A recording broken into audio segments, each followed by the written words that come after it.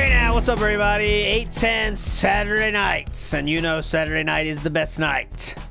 If you wanting to get into some Dent C scrolls, and this is a good one. I can promise you that, my friends. I have found... Someone sent this in, so big ups to who sent this in. And this person sent in DSP telling a story of EVO 2006. And I said, okay, let me check this out. I never heard it before. And that set me down a rabbit hole that I shall share with you. And you will know more about EVO 2006 than you ever wanted to before or want to in the future as well. You will laugh, you will cry, you will be forever changed after tonight. I can promise you that, all right? And let's get right into it. Big ups, Aloha Snack Bar. Time to get fucking weird. Oh, you're going to hear a lot of weird shit today. I promise you that. I have every type of media to share. Not every type. I'm sure there's some I don't have. But I have audio, video, text, forum posts, news articles, everything possible we have today. So let's get to it right now. Red Rock, the location of our story tonight is Red Rock, not in Colorado, in Las Vegas. Las Vegas. And it starts with this, okay? So, obviously, this is the scene of the crime. We're going to get into this today, but we're going to go back in time a bit before then. We're going to start in EVO East 2006, okay? EVO East 2006. This was a qualifier for the EVO of the EVO that would take place in Vegas in 2006. Kevin is correct. That line is going to be said here. Now, what year is this in terms of the DSP's first place in America? That took place the year prior, okay? So, 2005, DSP gets fourth at EVO, okay? Declares himself first in America. We all know that story. Apparently, it was a joke, okay? Remember, it wasn't serious. Now, that lit a fire under DSP, okay? I say winning. You know what I mean here. Not winning. Fourth place in EVO really set him on fire. And he decided 2006, he's doing it again. And he went crazy with qualifiers. He went to EVO East qualifier, and he won that, which means he already had his spot.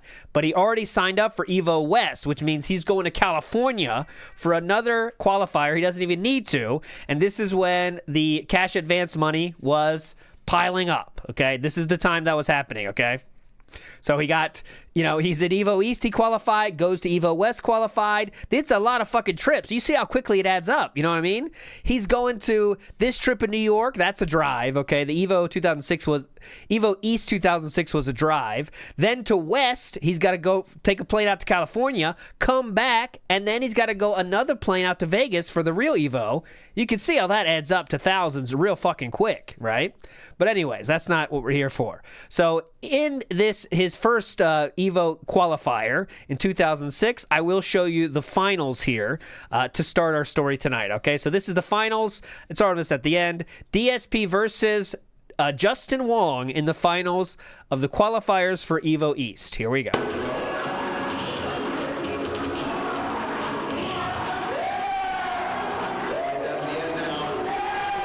DSP was boxer, as they say.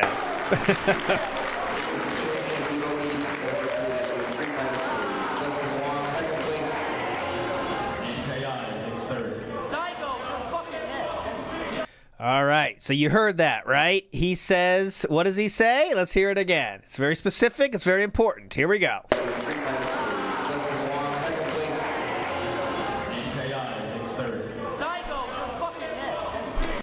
Daigo, you're fucking next, okay? Daigo, you're fucking next. So why was he saying you're fucking next? Daigo's in Japan. He's not coming to America normally, right? Well, this would be a year where, again, at EVO, the Japanese are coming, and they were coming, and DSP knew Daigo was going to be there. And Daigo, at this point, is the biggest dude out there, okay? Everyone is hype on SOK forums for Daigo. He's a legend at this point, okay? He is. He's just the dude that everyone fucking loves, Daigo. He's the biggest dog out there, okay? Tokido's big too, but it seems everyone's most excited to get Daigo here, all right? And he's going to be there. So we're going to go a little bit further back in time, though, to get you... Well, actually not further back in time. We're going to get right after the video you just saw, and we'll go chronologically going forward for the rest of the night, okay? However long we end up being here. This post here was DSP's post after winning EVO East. Okay, you see the first word. I'll skip that one. That's a normal fighting game word, guys. All right, you know it's this. Talby in the house. Big ups, Talby. Daigo might be the most important Street Fighter player of all time. There you go. And it's clear he's already starting his legacy. I will tell you, he gets crazy. He likes to have fun too. I'll put it that way. Because there's some stories with this gentleman that he knows how to have fun. I'll put it that way. All right, but hang on. Okay, so DSP starts with that and says, to everyone who made it out to play this weekend, anniversary edition is what he means, thanks for your donations. To the EVO staff, thanks for running a kick-ass, fast tournament. Amazing things started on time. We DQ'd so many people, even known top players, that I think we should post how many actually played for each tournament. Also for taking the effort to run out and buy those 20 standard TVs so we could actually have a tournament worth running. You guys know I'm just looking out for my peoples, but I didn't appreciate the comments during my finals matches that I purposely told people not to go to EVO East so I would have less comp. So DSP won, but people were saying, and I couldn't find any of this in the forum, so maybe it was on IRC or something, but they were saying during the finals apparently, DSP apparently told people not to go to EVO East so he would have less competition. DSP then says, give me a break. I just don't want to see people get fucked over ever because I look out for my fellow gamers. So take that comment and eat it. This is a 2006 Eat It. That's got to be the oldest one ever, right? Thanks to Team Hate for supporting me 100%.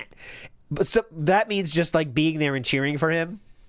There's also a video that it wasn't worth showing, but there was a getting ready for EVO 2006 video I put it in the show notes afterwards down below, okay? But it's a 50-minute just hangout for Team Hate. DSP is not there.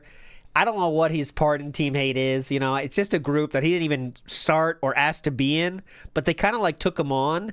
But the more I learn about Team Hate, the more I think it was kind of like a joke having him there. But they did support him in a way like, yeah, it's support for Team Hate, but I don't know. Who knows about that? That's a different day. Anyways, you guys are beasts. I had a great time all weekend. Even though I didn't get enough sleep, it still all worked out. Thanks to everyone who showed up at EVO East, despite the near catastrophe that will forever be known as the LCD TV fiasco. And the fact I posted not to go Friday night. As soon as I heard that replacement TVs were being purchased, I edited my post. It was great to see names like Bill Gold, Chris Lee, Scott, Seth, and lots of others who I don't get to see much anymore. Oh, now I get it. Now I get it. So DSP said don't come because the TVs are bad. So that's why... Oh, now I see. So DSP said, don't come, guys. The TVs are shit. So some people took that as he wanted less competition. Well, maybe that was it. Anyway, special thanks go out to John and Jamie from Connecticut, who basically gave the opportunity to practice Anniversary Edition when nobody else wanted to play it. To be completely honest, it was you guys who let me polish my game up for this tourney, and without that, I would have gotten sexually abused. Thanks. Random thoughts. What the fuck was up with this ridiculously expensive restaurant downstairs? The food blew, and it took them almost 25 minutes to give me my chicken salad sandwich. Karen complaining as usual. I wish I could have played poker, but I knew I wasn't staying all night, and I was really tired anyway. This is very funny. You know there's a list of things DSP can't do, right? And that list includes things such as riding a bike, climbing a tree. Well, there's one more he can't do, and that's shuffle cards. He says, plus, I can't shuffle cards, and I'd rather practice Anniversary Edition than shuffling. So DSP cannot shuffle cards. He then says, I also wish that CVS 2 pools were 2 out of 3 instead of a single match. Come on. At ECC, we had more people than EVO East, and we only had 3 TVs. And we had 2s out of 3. Just because you find a game boring doesn't mean everyone else does. I wish that EVO staff wouldn't complain about sitting around during the finals. That's the game. It isn't Marvel. It's a game where 1 or 2 pokes can determine the match. If you don't understand a game, don't speak about it. Jin Master is an F slur, and I'm glad I started the Justin Wong fan section during Tekken 5 finals. The kid is not only crazy disrespectful, he says nothing to me in real life, as usual, and then gets R'd by a non-Tekken player in the only game he plays. Good game, peace out, Tool. In closing, I have one thing to say.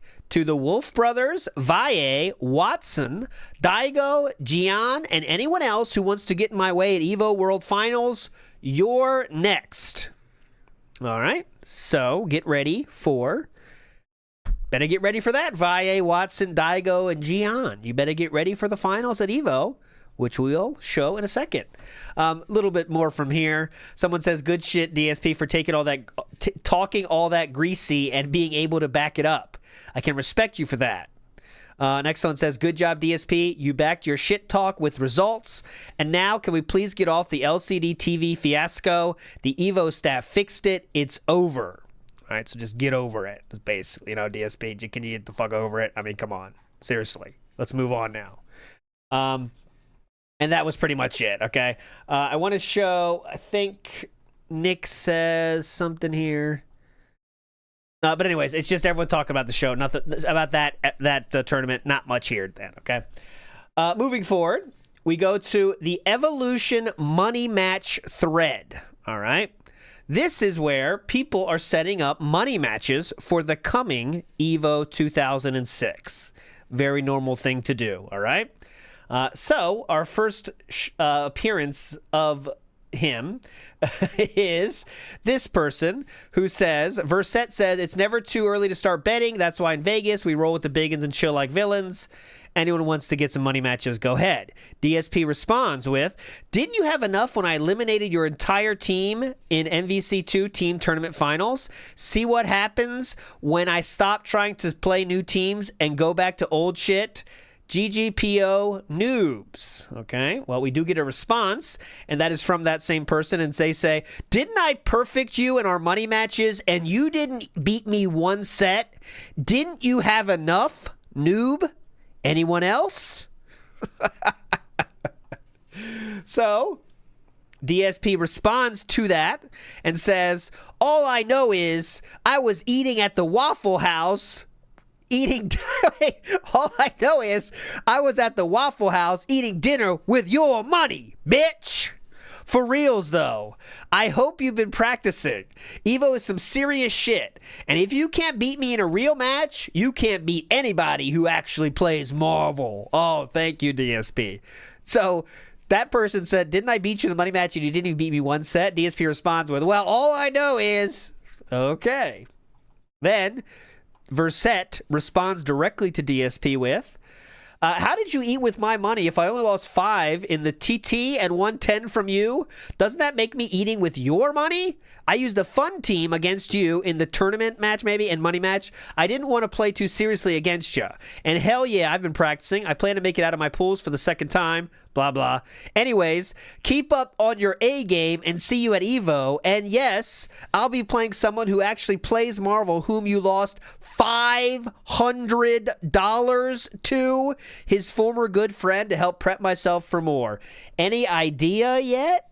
So that's confirmation. DSP lost $500 on a money match at some point. Jesus Christ. I mean, we know that for sure, but Sam B chimes in here and says, Versette and DSP, I'll play you both for money as much as you want. I'm free money. When people say this, that, you obviously understand. That means they think they can win for sure. But I'll play you both. I don't give a shit how much money you want. What do you want? I mean, when you're 20, this is 2006. DSP's 24. I don't know about you, but when I was 24, $500 was a fuck ton of money. It's a fuck ton of money now. But back then, he was even more. Drop $500? Damn. But anyways, big ups out of service. Let's see what we get. Let's get a random one here. Come on. Spread the word. Let people know that I have mixed stuff up this year, that things are new and different and refreshing, and it looks like a positive year. Already, I've seen people who were like, wow, I really had no confidence in Phil because he's just been doing this raw gameplay thing forever. And now I'm watching Phil this week, and he did all this new stuff, and this is looking great. And now I feel positive, and I'm going to start following Phil again. So All right, you heard him, guys. He's mixing it up, so please tell other people that he's mixing it up. Got it? Yeah, what year did he say? What he just said, I don't know, Instamat, but what he just said about the $500 losing, that was, he was 24 or younger. 24 or younger in 2006, 20 years ago. Name Available says, more slurs than a birthday marathon. Hell yeah, big up. I mean, 500 is nuts. I mean, that's just a lot of fucking money, dude. But anyways, okay. Now, we have a post here from Inkblot. And Inkblot is one of the Cannon brothers. And they say the following. I'm pleased to announce about... all this is about EVO 2006, obviously. So, I'm pleased to announce that we've secured an additional $15,000 in prize money, which will go to boosting the prizes for the Hyper Street Fighter 2 and Mario Kart DS tournaments. I'd also like to take the opportunity to encourage you all to attend EVO West and East. Besides the tournaments, it'll be a fun weekend. Oh, okay. So I should have played this first in chronological order. But anyways, DSP then says to this, he states this, so we got more money for EVO, which is all positive, you'd think, right? DSP then says, now that this has been done, I have zero complaints to make about EVO. Thank you, EVO and SRK staff, for listening to me and everybody else. You are being fair, and we appreciate that immensely. So why is DSP saying that he's being fair? Well, DSP's big problem with this tournament was that the Street Fighter edition that he was playing, the anniversary edition, was the lowest in terms of prize money because it was just the least hype, one of the least hype games there. Mario Kart DS had low in players as well, but Talbot, you know more than me. You can say the exact time of this, but in 2006, this is already an old game that people are kind of ready to be done with. Okay. You know, so DSP, who got fourth last year, in 2006, it's already, they're like, all right, well, we going to do this or not? We don't do Street Fighter 2? What do you think, guys? It's like a discussion, let's say, okay? So that's how low it was on the poll, on the totem pole, let's say, you know, at this point, okay? So then we get to, DSP says this, we get a response from DSP, to DSP and the 10 right here. And someone asks, where is it? Dear Evo staff, they ask a weird question, okay? Dear Evo staff, I have an odd question. If someone places first to eighth and wins a cash prize, do we have to pay taxes or what? He's asking a tax question. So, of course, DSP has to chime in. I don't know why, but he has to chime in, okay? And this is DSP's answer to that very specific question, all right? Here we go. If EVO is a legally this is DSP's answer, okay? If EVO is a legally registered business, yes, you must pay taxes. If EVO is not a legally registered business, then it would be just viewed as a gift, and then you wouldn't have to pay taxes. Of course, so far there have been no court rulings on non-for-profit fighting game events, and with all the sponsorship involved, it makes it even more difficult to figure any of this out. The best way to determine the answer would be go to one of the winners of a PC gaming tournament and ask them. Oh, well, they're easy to find. However, when you really think about it, how many people are going to care about EVO? Unless there was a massive press coverage or media coverage this year, chances are extremely slim that anybody in the IRS is going to know you won a couple $1,000 at EVO. Okay, this really talks about his tax knowledge, right? They are going to go after people like Richard Hatch, who win millions and then don't pay. Richard Hatch is the first winner of Survivor. So yeah, that's an interesting guy. He's the guy that was he would get naked all the time in there. But anyways, Richard Hatch, who wins millions and then don't pay. Rather than somebody who won only a couple thousand and wasn't sure if there was a precedent to even pay taxes on it. Okay?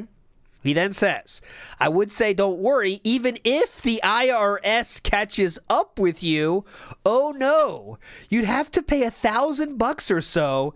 Big deal.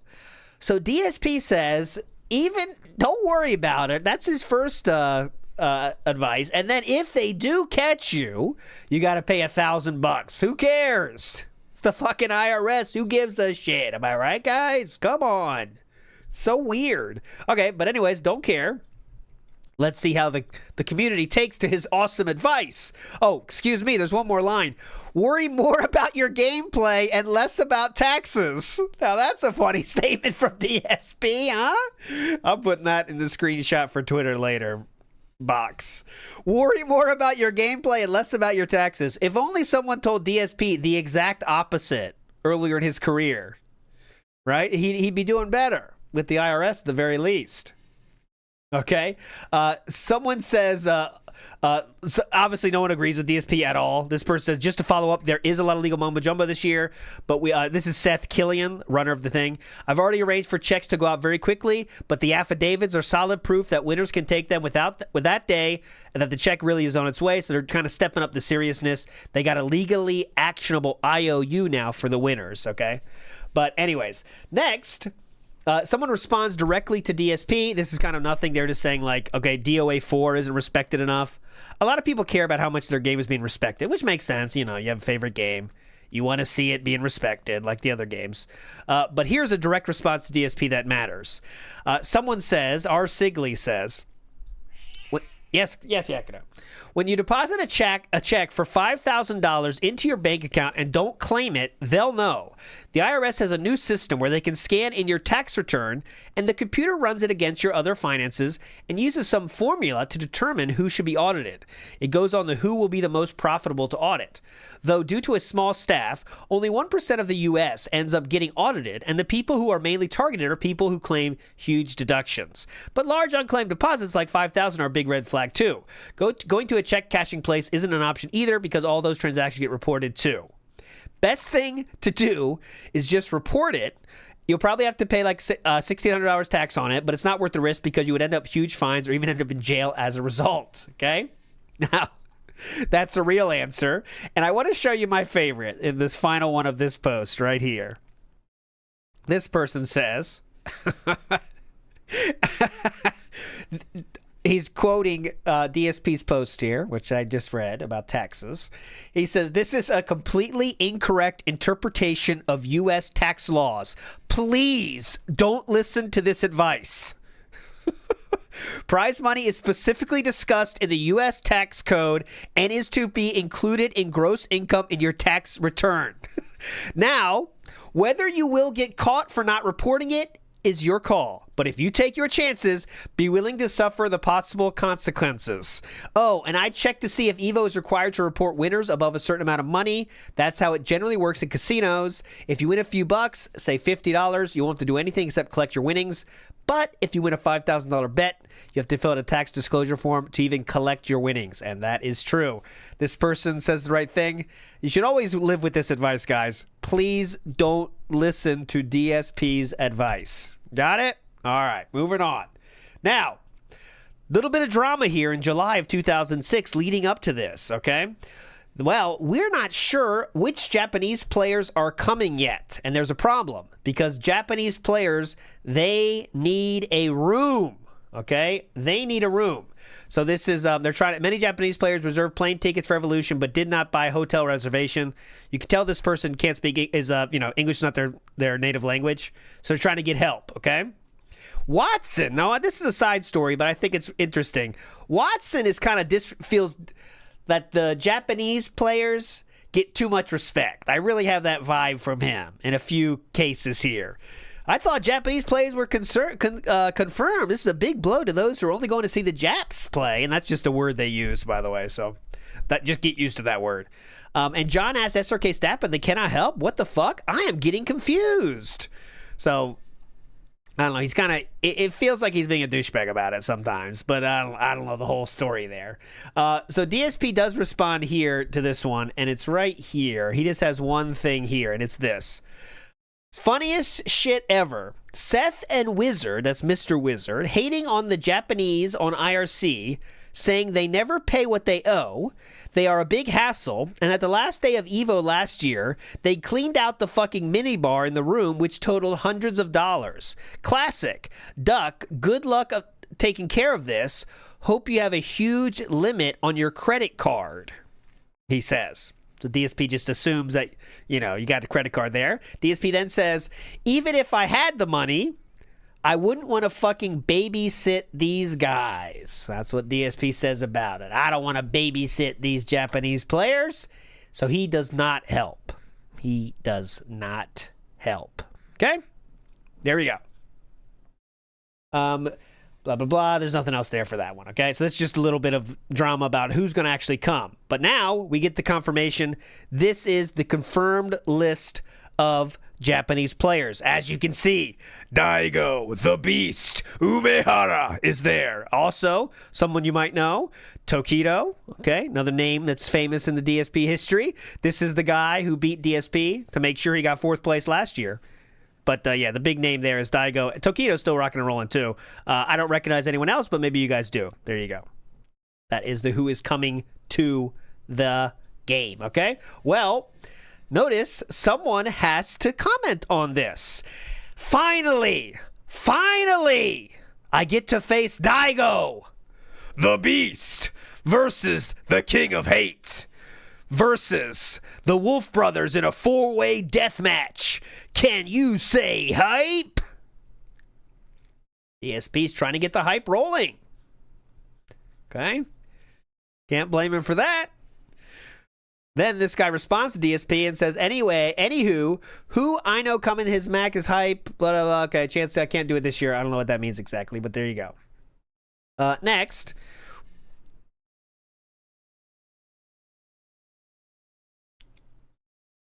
Okay. And this this is DSP here. DSP says, how are all the Japanese and OGs going to get a chance to play on one cab? I mean, after I sit down and start playing, I'm not going to get knocked off. So they're all going to have to wait in line one at a time. I hope they bring pillows. Okay. Graham says, I don't know who Graham is in this case, but he says, DSP money match. I'm ready for a money match if you're down. What say you, sir? And then NKI, who we've seen on Dent Scrolls many times, NKI says, want to play that money match from ECC 11 that we didn't get to do? And are you going to Vegas for sure now? So NKI wants to get some money from DSP, as you can see. But that's the end. DSP did not respond to that. I don't know if he's running from NKI, but he does not respond to that. Okay? Moving forward, we're almost there.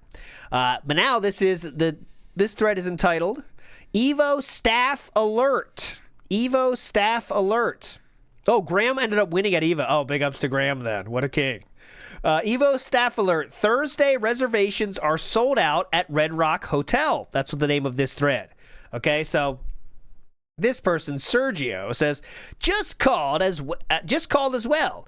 Bitchy lady with an attitude. Told her about my Friday through Sunday reservation, and before I could even mention Thursday, she told me that Thursday was completely booked. Quoting her, we are completely booked for Thursday. Only possibility of getting a Thursday is if someone canceled. DSP then responds and says, same here. I called at 5 p.m. Eastern Time. Girl who answered said it looked like no rooms had been added for Thursday, contrary to what some said, and it was totally booked still. I basically went off on her. That's a Karen. I basically went off on her and told her this was unacceptable since I know somebody had gotten a room on Thursday just 4 hours before. What are you going to do? There's no fucking room. You know what I mean? Huh? Okay. Keep yelling, sir. It's really helping. She took my number and said she would have Michael, the guest events manager, to call me back. Of course, that pussy didn't. This is getting ridiculous. EVO staff, what is going on? And just, I haven't said it yet, so if this is anyone's first time in the Dent Scrolls, how do I know this System 1 is DSP? Well, we know because when someone quotes it, it says the real name, and that is right here. So you see, this is getting ridiculous. EVO staff, what is going on? This is getting ridiculous. EVO staff is going on. That's how we know. And if I ever can't confirm it, I'll tell you, okay? But I promise, this one's confirmed. Ponder, one of the Cannon brothers, says to him specifically, see post 9 DSP. And post 9 will tell us that we are working on getting more rooms for Thursday, but it may take some time. You could read the rest. DSP didn't read the rest. He just yelled at the poor hotel staff. So there we go. Sorry, hotel staff. DSP wants his room now, and he told him he's very angry about this. Now we have this is so this is another room. Book your rooms through EVO 2K, guys. Okay, book them through the website or something. Okay, DSP.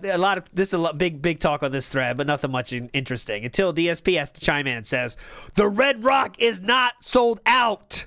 They are trying to fuck us. I called on Friday to reserve my room. They told me that the special EVO 2K rate for Thursday had already met maximum, but they could get me a room for Friday, Sunday at that special rate. So I booked that and asked what should I do, and they told me to talk to EVO staff and have them open up more special rate reservations for Thursday.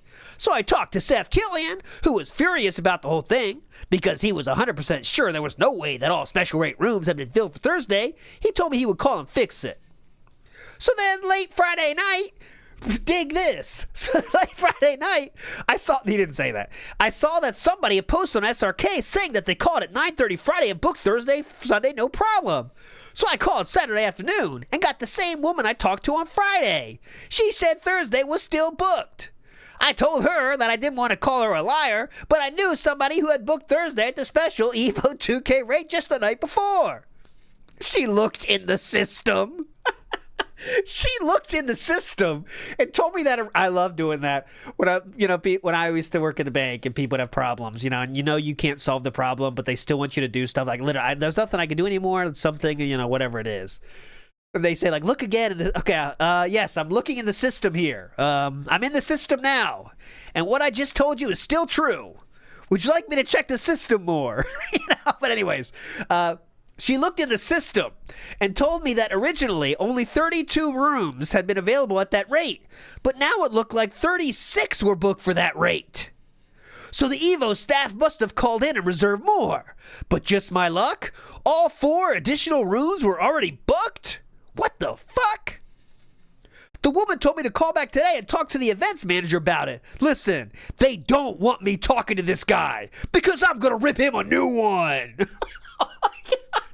He's 24 years old right here, guys. I'm going to rip him a new one. Do you really think people are scared of being yelled at? Like, this is an adult, man. Oh, my God. DSP's going to call. Be ready. He's tough. Oh, my God. You sure you can handle this?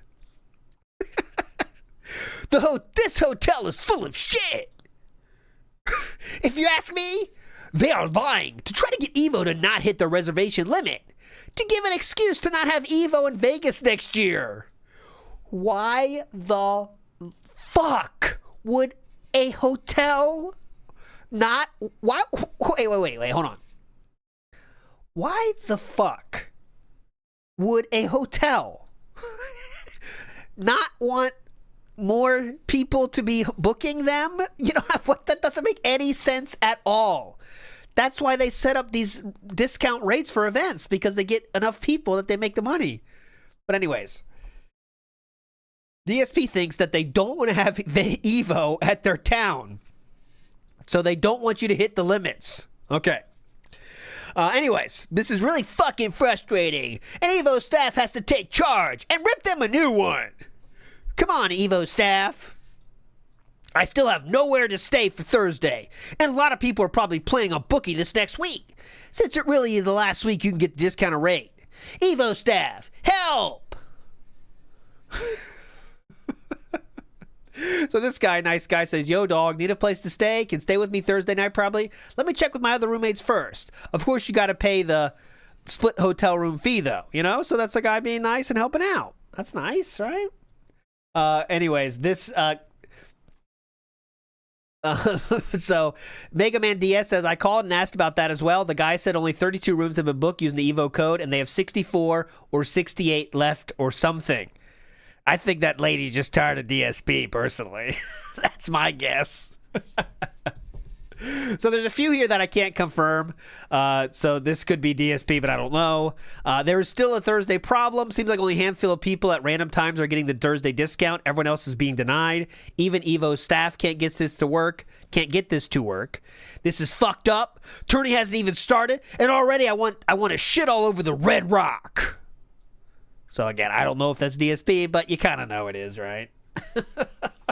So there was no mention of that. Obviously, DSP ends up getting a room, but Preppy here says the Evo discount is gone. There you go. So there you go. Everyone got their room, all right, I guess. Well, at least DSP got his. And the final one before we get to the tournament itself, my friends, the final thread to get you hype, okay? Well, DSP decided to make his own thread. But first, big ups line called Avocado who says, on nights looking after a newborn, excited to finally catch my first live density scrolls. Big ups, line Avocado. That's always fun.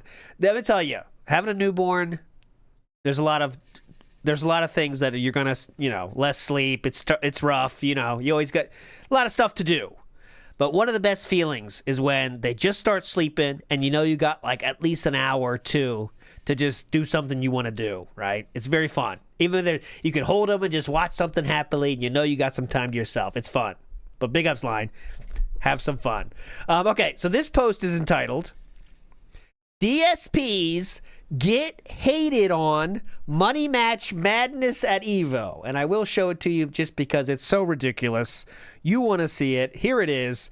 DSPs Get Hated On Money Match Madness at EVO. Okay? So DSP made this thread himself to get ready for EVO. Okay? It's pretty cool. Get hated on, guys. Get hated on. Come on. It's time to get hated on. You guys ready to get hated on? Sounds weird. But anyways, let's get ready to get hated on. Okay? So you ready to get hated on? Okay. The setup is as follows. Well, DSP had a max quota of 500 before this started. So he had a quota of $500 again for total money matches at this tournament, okay? So he says, a lot of people have asked me why I'm not going through with some of these huge, stupid challenges that are getting thrown around on IRC and such. Well, it's because unlike people like Havad, I'm not a fucking baller, and I don't have that much money to throw around. What I'm trying to do is have a pretty decent sized pot of money matches that are for reasonable amounts. The purpose of this thread is to list the money matches I have already accepted, and to also see if anybody else is out there is interested. Please, if you are going to challenge me, make it for a game I play. AEST is obviously my best game, and I'm not bad at Marvel's Capcom 2 or Third Strike, but I'm not dumb enough to try to accept challenges in Alpha or CVS 2, so keep that shit out of here. Make it reasonable. Don't challenge me for 5,000 when you know I can't accept. Keep bets reasonable. Lowest I'll accept is 10. Average size will probably be 20. And the largest I'm willing to do with anyone is 100. Why do you need to say the average? Why are you telling people the average? All right, guys, though, the average I'm looking for. Anyways, keep the sets short. Nobody wants to see us play first to 10. That shit takes too long. If you're talking Super Turbo or Anniversary Edition, then 3 out of 5 or 4 to 7 is fine. Marvel, I will not play more than 3 out of 5. In some cases, I will consider taking single game money matches. Already on the card are Viscant for a hundo, Ski Sonic for a hundo, Verset. Verset was the guy we started this thread with, the money match guy. Flash Metroid, the legendary Sue Mighty, and I see Alex Kelly Power Vi, and also old friend Bucktooth. Also joining in the fun is Afro Legends, and the one and only NKI. Also, we have Dark Umas. Who is this guy?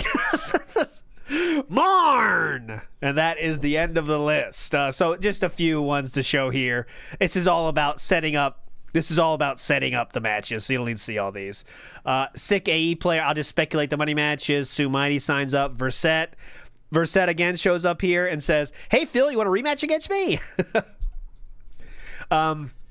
DSP says, Sue, hells no. I'm not stupid enough to think I could beat anybody who's actually good at Marvel. I haven't played the game seriously in ages, and Wigfall owns me every time I try to enter a tournament. If you want to fuck around for like 10, I consider that, but anything else is just a donation to you. I'll accept your match if you reduce the amount of games to 2, 3, or 3, 5. 4 to 7 is too much for so little, and for shitty Marvel. 3 out of 5 is good for me. Thy Almighty. Not the Almighty. This is Thy Almighty. DSP play me. Sue Mighty. Okay. I accept Sue. Looking forward. This, again, it's not that interesting, but people just signing up. Someone said, though, I like DSP over Versett. There you go. Some confidence. NKI trying to get some money here, as you see. Bucktooth trying to get some money. DSP responds. Accepted, of course. I accept both bets. Bucktooth says, I'm probably not going to do over $100 bets. That's too high stakes with all these smaller bets. I'm now taking it. Adds up. However, if you want to do something in both games for 20, I'll definitely accept. So Bucktooth was looking for $100 each on both. And DSP said, how about 20? How about 20, Bucktooth? Bucktooth responds quickly with, 20 it is. I'll do whatever you want. All right. And more people are signing up. More people signing up. The aftermath, you can see, I already showed you. So I don't think anyone else chimed in here that DSP says no to. Bucktooth, Afro Legends, NKI Decoy. This thread gets surprisingly long. I guess a lot of people want to get at DSP because he has the walk-in ATM. But there we go. That were his money matches for the tournament before it starts. All right. And now it is time for the tournament to start. All right. So let me give you a little lay of the land here with some images for you so you can get this little bit of the scene, okay? So this, oh, not that one. This was the hotel. Oh, not that one. That's not the hotel. This right here is inside the hotel, as you can see here. This is in the like ballroom they had, okay? So on the far side you see is Valle. Closest to us, that is Daigo, okay? That is Daigo versus Valle. Here's a look at what the room looked like. So it was just 2 big screens, and there was chairs there for the finals, but that's the stage you're looking at. And I don't know why EVO does this. I guess because that's where the power is. Someone will know better than me. But they always put the TVs on the side of the stage here. Like, let me get, where's my pointer? Here. Like, they always put the TVs facing that way. And I always thought it should be like, I don't know, facing this way? I don't know. Like, it just looks weird. But anyways, here we go. That's where they were set up here in this match. And that seems to be what they always did. Here is DSP registering for the tournament here. He's confused by the fine print. This picture was taken on August 17th, 2006. And I will put a link to these pictures below after the show, okay? So you can see them all. There's more, too, but this is DSP watching some casuals here from inside. Looking buff, looking cool, as you can see. Here is DSP playing some casual style stuff here. Looking buff. He's wearing his Hate Eternal shirt, as you can see. He also has another one here. This is from inside the room. DSP is doing some casual style play here. Here you go. You can see a very VIP for sure on the left side of your screen here. I'll let you discover it yourself. I will not spoil. Sorry, audio style listeners. But there is someone that is buff here on the left side of your screen. If you look, there he is. The one and only Jaha there on the left, if you can see. Jaha there with the tank top. He is showing the guns. He is showing those guns. Okay. Next up, we have DSP playing what could be, of course, we can't confirm or deny, but this could be the money match because that is the legendary Afro Legends to DSP's right. So I don't know if this is the money match, but there is an image of Afro Legends there for you. Okay. Also, we have on the left side of your screen here, no DSP, but on the left there is Bucktooth. Bucktooth is the guy that DSP would say when he played him in Street Fighter 6. He said, "How's it going, Bucktooth?" That's that guy. That is Bucktooth. That is Bucktooth. Too early. There no East Coast customs. We're way before that. The Jaha incident, for those wondering, by the way, I'm an alcoholic. That took place in 2022. What we're talking about now is 2026. So we're 4 years removed from that. Okay. Next up, just so you can see more people that you know, I wanted to show you a full picture. Oh, yeah, also, Ricky Ortiz is on the left here. Ricky Ortiz will play a part in our story tonight. Thanks for a good shout there, Ziggy. Ricky Ortiz is on the left with the dyed hair, with the red hair right there, and the blue and black stripe. That is Ricky Ortiz. So keep that. I believe, oh, now I'm just seeing it. Is that a Cannon brother in the back, maybe? But I don't know. 2002. Did I say 22? 2002. 2002. You know what I meant. Fuck off. You know what I meant. Okay. On the left here, that is John Choi, okay? And on the right is the one, the only, the Justin Wong, as you can see. Justin Wong. Okay? Next up, I believe I have... Where's the other one I had? I'll show it later, I think. Yeah, I got one more, but I'll show it later. So, let's get to the tournament, okay? Now, I think the best way to do this is to let DSP tell us his story first, okay? So before we go through all the threads, not Fox, what we're going to do is listen to DSP's story about this night. What happened at EVO 2006, all right? So before we show you all the evidence I have collected, we're going to get DSP's side of the story, okay? So here we go. This is from 2014. DSP tells his story about EVO 2006. Let's go.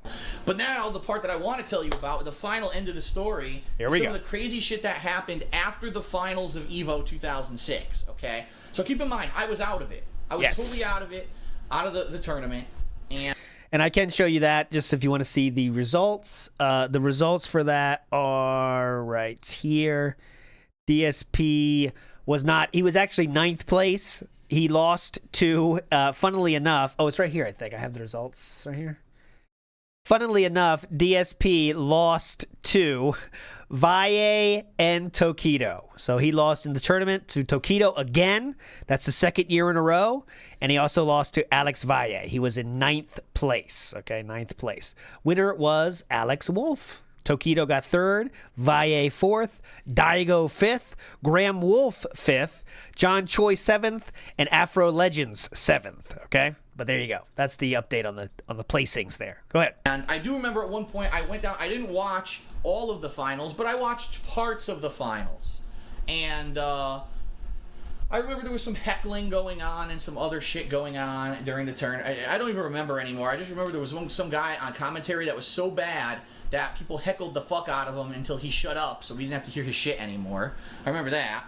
But what I do remember is after the tournament, after everything ended, basically, here we go. Well, like I told you guys, people were there. I'm talking top-level players. I'm talking Alex Valle. I'm talking Ricky Ortiz. I'm talking a bunch, like a dozen top players didn't have hotel rooms at the hotel, and were looking to just bum time in people's rooms until they could leave the next day to catch their flights home.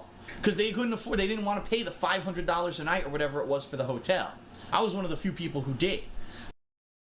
I'm put some homework on you here. You got to remember all these things, okay? Because all these claims of DSP's story, not all of them, as many as I can, we're going to go through and show the truth. So just remember all these things he's saying. So a lot of the top players didn't have hotel rooms. It was $500 a night.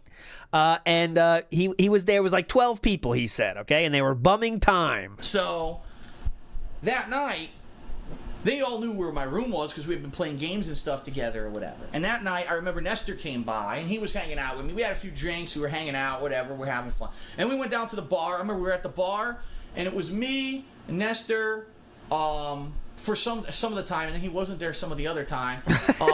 This female player named Jasmine from New York was really, really good at Capcom versus SNK2 at the time, and I was really friendly with her. Jason Cole. Okay, so DSP was really friendly with Jasmine at the bar. Later on, Alex Valle and a few others joined us at the bar. We were all just shooting the shit, drinking. I remember at one point it was crazy. Jason Cole and I, in the middle of a bar, had an arm wrestling fight. Now, you're not supposed to do that. You're supposed to have an arm wrestling competition in the middle of a bar. So we kind of had like people form a crowd around us so people would know what was going on. We were like doing it. And as we're trying to do it, all of a sudden, like the security came by. We're like, oh, we're not doing anything, sir. No, there's nothing going on here. We're just having a friendly drink. And then they'd walk away. Like, all right, come on. Let's do it again. Incredibly made up story, but keep going. That was pretty fun. And I actually... Hold on a second, guys, at this bar. Are you arm wrestling? Get the hell out of here. What do you think's going on? Come on, we can't have this here. You ruffians with your arm wrestling? Remember, What, he acts like it's cockfighting. You know what I mean? He acts like it's a dog fight. Yeah, we got a dog fight going on. We got to hide it from the authorities. I mean, that would make sense at least. But he's talking about arm wrestling. I don't know if it was Daigo, but it might have been. One of the high-ranking Japanese players got so disgustingly drunk at the bar that he couldn't walk. And he was so inebriated, he was vomiting everywhere. And they actually had to call hotel security. They rolled him with a wheelchair to wheel him to his fucking room because he was so fucking drunk. Okay? Okay. In addition to that, that night, of all nights, was Combo Fiend. That's right, Peter Rosas, who now is like the ambassador of Street Fighter. He took over for Seth Killian when Seth Killian lost Capcom, or left Capcom. Peter Rosas Combo Fiend, it was his 21st birthday. And so that night, people took him to the bar. They got him so fucking wasted. He was so drunk, right? Now, he didn't have a room. And I'm like, you got this guy this fucking drunk, and he doesn't have a room. Like, what were you thinking? And, of course, me being Mr. Responsible, I had a few Mr. Responsible drinks in me, but I was responsible. I said, all right, let's let him crash in my room for now until he wakes up and he feels better in a few hours because he's going to feel like shit because you gave him so much alcohol, but he's got to pass out somewhere, right? Got to pass out somewhere. We brought him into my room. We put him down. First of all, they put him down on the bed. Now, I'm in the bathroom using the bathroom. They put him down on the bed, back first like this. So when they brought him in, he was in the bathroom, is what he wants you to believe. So random people brought someone into his hotel room while he's in the bathroom? You don't think that's a little bit strange? I'm in the bathroom now. What's going on? Yeah, come in the room. You can definitely hear me, by the way. I'm in the bathroom. Anyways, this is DSP's way to try to continue this story because he realizes if that he was there watching them do this, his story falls apart. So he has to say why he wasn't there. But anyways, it's just a completely random lie to continue his story. Got to pass out somewhere, right? So we brought him into my room. We brought him into my room. Put him down. First of all, they put him down on the bed. Now, I'm in the bathroom using the bathroom. Oh. They put him down on the bed, back first like this, like a mummy. We brought him in the room, and we put him on the bed. Well, I'm in the bathroom, so they did this. Oh, that makes a lot of sense. Go ahead. It's such a small thing, but he has a great joke in his mind, so he has to get there. Right? The worst possible thing you could do for someone who's stone cold drunk, because if you're drunk, and unfortunately, and a lot of people don't know this, if someone is very inebriated, to the point where they pass out, never put them on their back like this. Because if they happen to vomit in their sleep, they will die. They will choke on it and die. And there are many people... Instantaneously die. Musicians, famous people who've died because they become inebriated. Famous people? Or on drugs, whatever, the combination, and they can't wake up, and they die in their sleep. They drown. God. So whatever you do not do that. Do not do that. If you have a friend who becomes so inebriated that they're passing out, you put them on a bed or table or wherever, and you place them on their side like this, with their head at the edge of the bed, like this, laying down, and you put something next to them so if they vomit, it goes into it. Because that way, if they vomit in their sleep, okay, you're fine. Went right into a fucking wastebasket. You're good. They wake up covered in their own vomit. That's their fault. But at least they didn't fucking die in their sleep. Okay. So I'm so glad I was there. Because, again, these were all kids. They were young newbies. They didn't know that. They were young kids newbies. How old is these people he's talking about? DSP at the time is 24 years old. They were just kids, newbies. I'm supposed to put a drunk guy on his fucking back. I was like, you haven't kidding me. He's gonna die in my hotel room on his 21st birthday because his friends don't know this. So anyway, what's Daigo's birthday? Them all that, and we did that for Pete, and we left them there. We went back to the bar. We had some more drinks. Oh no, he's talking about Combo Fiend because Daigo is older than DSP by a single year. Daigo was born in 1981, so Daigo at this point is 25. He's talking about who then? Combo Fiend? Let me see if Combo Fiend's a known character. Combo Fiend is... Oh, yeah, definitely. Combo Fiend ended up getting... Let's see. Combo Fiend is still... Peter Rosas, 10,000 approximate career winnings. Part of collect, but anyway, I can't find his name. Oh, I taught them all that, and we did that for Pete, and we left them there. We went back to the bar. We had some more drinks. Okay, so he's talking about Combo Fiend. Combo Fiend was the drunkest shit guy in this story. Go ahead. And then finally, like 2, 3 in the morning, the bars were finally closing, and they went back. His friends picked up. I guess I should show you just in case you want to see old Combo Fiend.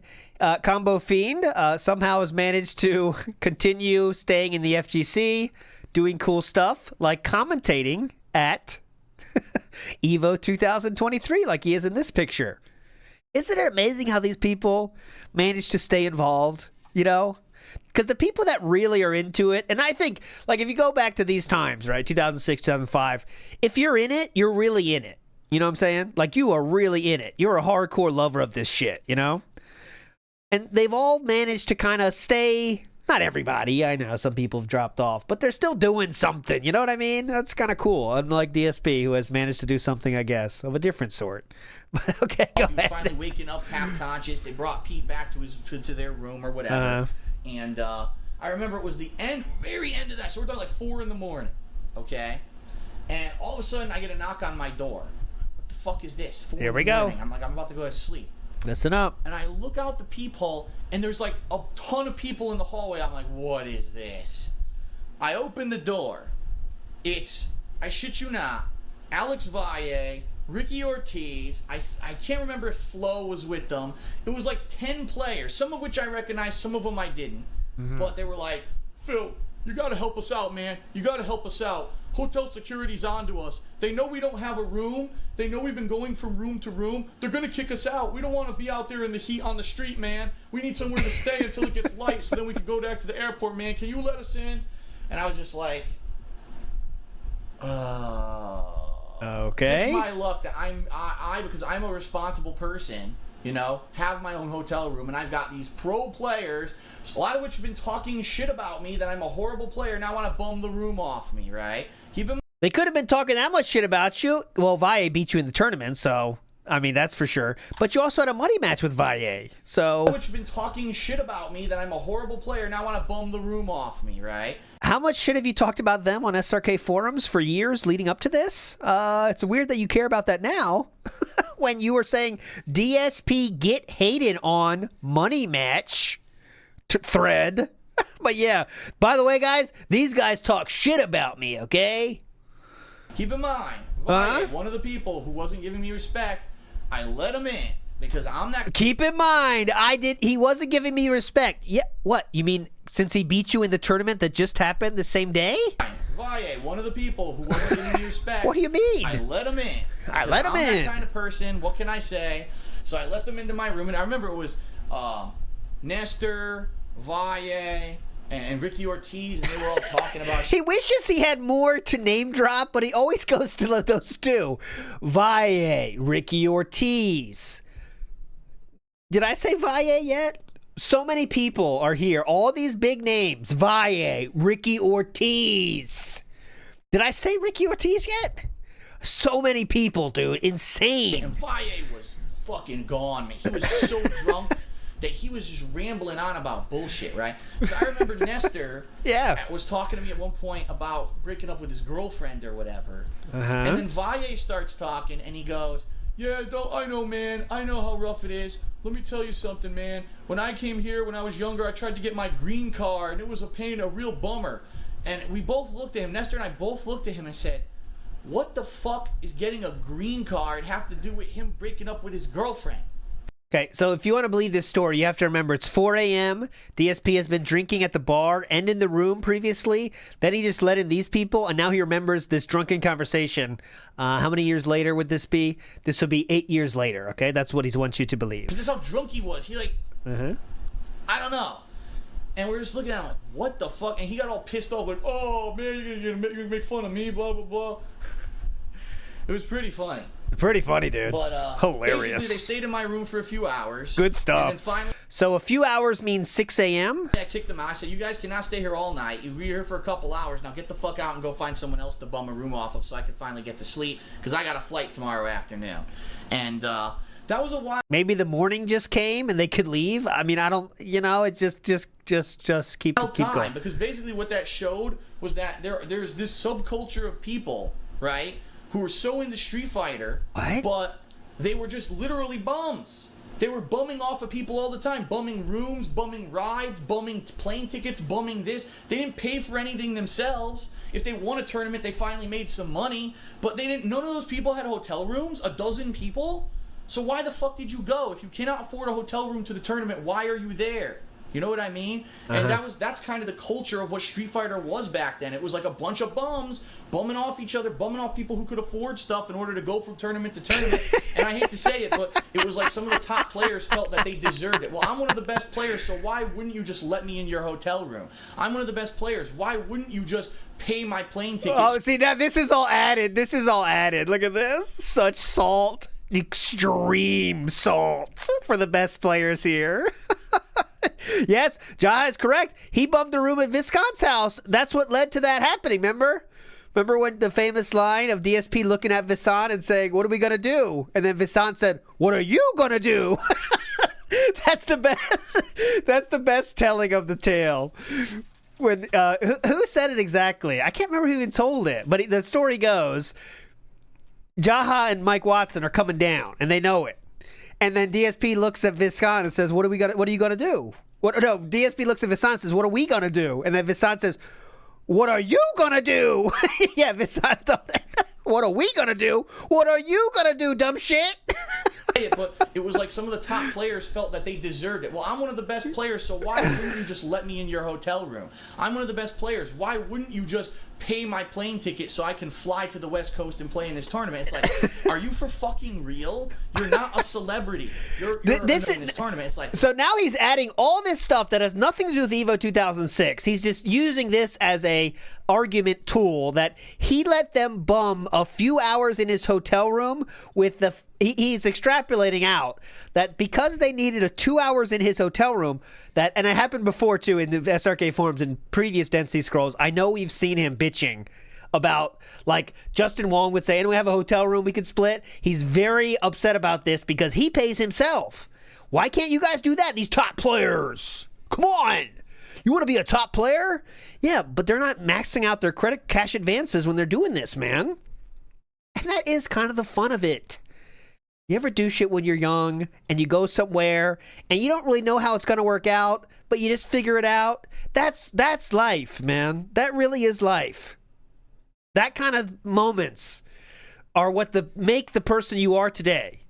Is hanging out with your friends, doing stupid shit, not figuring out the details, and just having some fun. But to DSP, this is their biggest sin, is these top players didn't figure it out. Why wouldn't you just pay my plane ticket so I can fly to the West Coast and play in this tournament? It's like, are you for fucking real? Yeah. You're not a celebrity. You're a nobody. You just play Street Fighter. But this is literally what it was like in the fighting game community. It was out of control. You may not know this, but those Japanese players that used to go to Evolution until sponsorship, pick all those players up, they used to get their shit paid for free by nobodies. I'm going to pay for Tokido to fly to the West Coast from Japan because I want him to EVO.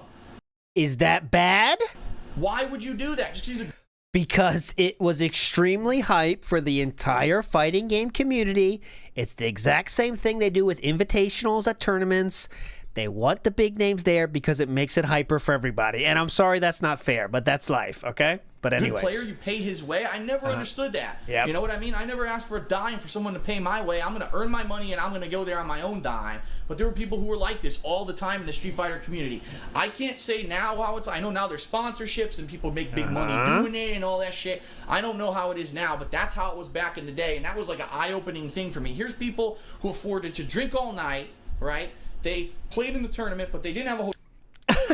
They afforded to drink all night. People who afforded to drink all night. That was back in the day, and that was like an eye-opening thing for me. Here's people who afforded to drink all night, right? They afforded to drink all night. Played in the tournament, but they didn't have a hotel room. They weren't responsible enough to make sure that they were even going to be safe. Yeah, it was out of control. It was out of control. Out of control. It was out of control. They were nuts, dude. Like, yeah, they afforded drinking. Yeah, there's no way to find out. There's no way to find alcohol at the low budget in a hotel room with 100 other people of your same age that are out for a good time. Yeah, who can explain? Who can understand this? By far, how did they find alcohol? We're even going to be safe. Yeah, it was out of control. Out of control, out of control. And that was by far the nuttiest tournament I've ever attended. Nuttiest tournament I've ever attended. The nuttiest tournament he's ever attended. Well, now we get to the fun part. Let's go through other people's recollections from that tournament. All right. Sir Percy Thrillington says, "What's up, LT? I'm in line at Walmart. Big up, sir. Did you get 2 of whatever you're buying?" The Pasta Maker says, "Sounds like a very typical Vegas night adventure. Live a little DSP. Also, the bars never close in Vegas. What is he talking about?" Maybe the hotel bar closed. I could see that. But you are right about a typical Vegas night adventure. In your 20s, when you're at a hotel halfway across the country with people you're never going to see outside of these very, very short situations, you stay up as late as you fucking can, drinking as much as you fucking can, having as much fucking fun as you can. That's what you do. That's just a normal human thing to do, especially on the last night of the tournament. The goal is to not sleep. That's the goal. And to find, okay, whose hotel room are we going to now? Let's go. Where's Justin at? Let's find him. That's what you do. K. Jim says, "Be a part of history or be a douchebag and an e-bagger. Hard to decide." It is. It is. And have fun, too. Like, he's not even having fun at this shit. At least have a little fucking fun. Vicky Thor says that these are his glory days. They must be embellished so no one questions why this was the peak weekend of his life. Sat in a hotel room mostly. And yeah, he said something that was very telling. He didn't watch the whole finals? What the fuck? That room is packed and it's hype as shit. And I can show it to you because I have it here. Just listen to this. This is the finals. And DSP didn't even spend time listening to all this. Watch this. I'll go to the ending here. So, this is just a taste of the room. The audio from the room will tell you all the stories you need. We'll tell the tale. Listen. All right, so as you can see, that was a win for Daigo here. And this is Daigo versus... Sorry, this is Daigo versus... We don't know. Yeah, anyways, we don't know who he's playing, but it's Daigo. Daigo is playing Ryu.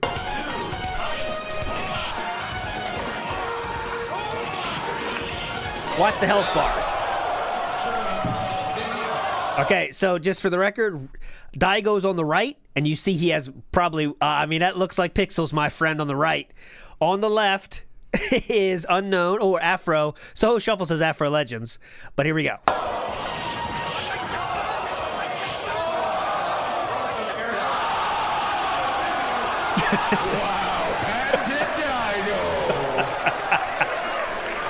I mean, that's fucking fun, dude.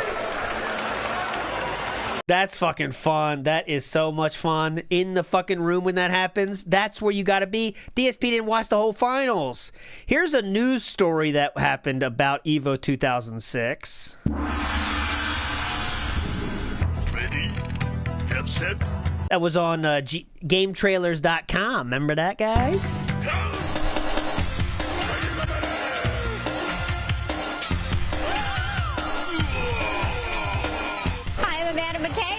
GameTrailers.com. I'm here at the Red Rock Hotel and Casino in Las Vegas for the EVO Fighting Championship. What is that, you may ask? What Let's is that? Find out. Get over here! What is that?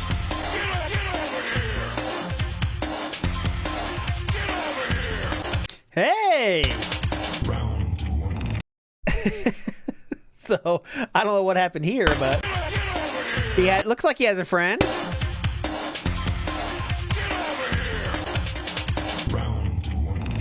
Very weird. We're at the World Finals of the Evolution 2006 Championship Series powered by Yaris. We're the longest running fighting game tournament in the world and the biggest as well. And we've got people here from all over the world, literally, from the Middle East to the Far East, China, Japan, South America. Looks like we'll have close to 2,000 competitors.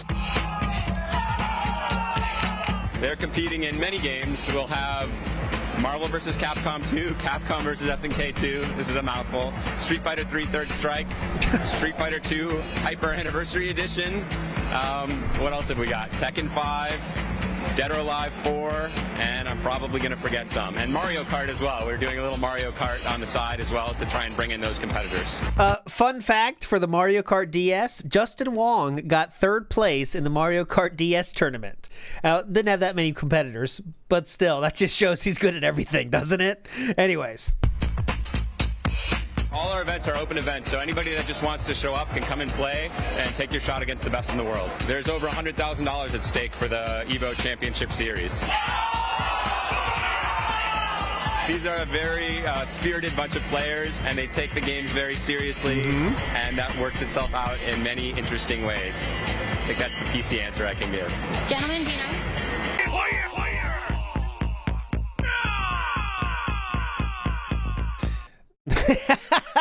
You know who that is?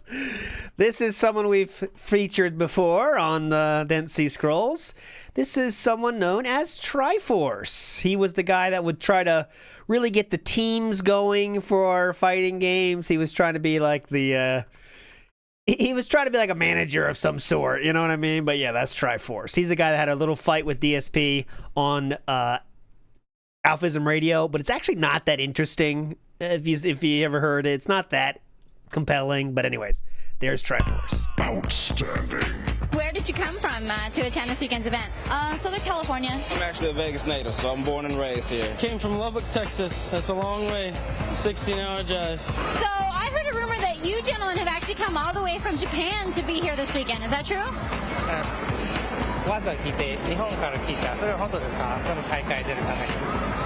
Yes. Very important. Here to Oh my god, I wish that... Why would they show that? That is an extremely fucked up edit, by the way. Extremely fucked up. Dude, this is on the fucking... It's a company, GameTrailers.com. Dude, somebody's trolling. Are you here to compete, or are you here to just kind of watch, or what are you doing here? I'm here to compete. What are you playing? Tekken 5. And how long have you been practicing for this event? Because I know there's actually some serious... I was just saying, like, if that was DSP, we would have all lost our mind. It would be the best night ever. But I was like, no way, no way. Still on the line today. Since last year. Since last year, and how do you practice? Do you just play and play and play, or... This is so painful. Okay, who cares? Not the best interviewer. Like, they're trying to make him look nerdy or something, you know? Same people. Okay, same people. These guys aren't ashamed to be awesome at the games they are. They're proud of it. And when we get a winner, they're up on people's shoulders. As the crowd is screaming, everybody's on their feet. They're going nuts. There is a lot of trash talk, and it gets a little heated sometimes. But at the end of the day, you won't find anybody else you won't find 400 other people going out to Denny's together on some enormous bill, and everybody hangs out and has a really good time. So at the end of the day, there's a lot of good friendships made here, too. No, that's where you're wrong. A lot of hatred is formed. So, okay. You got a taste of the event. There'll be more, too. But here we go. This is the live results thread, okay? So what happens here is as the results come in, they start, updating it on this thread. That's where we're going to go next, okay? So Aloha Snackbar says, speaking as if he has money yet, he is drowning in debt to float this life.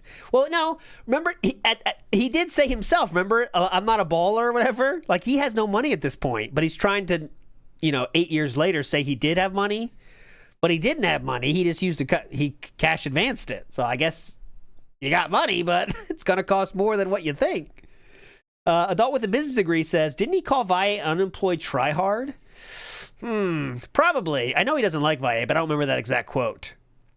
Although Snack Bar says, again, he didn't win and he did nothing wrong, so why would he attend the final match? Because it's hype. But yeah, I know what you're saying. That's why he wouldn't go.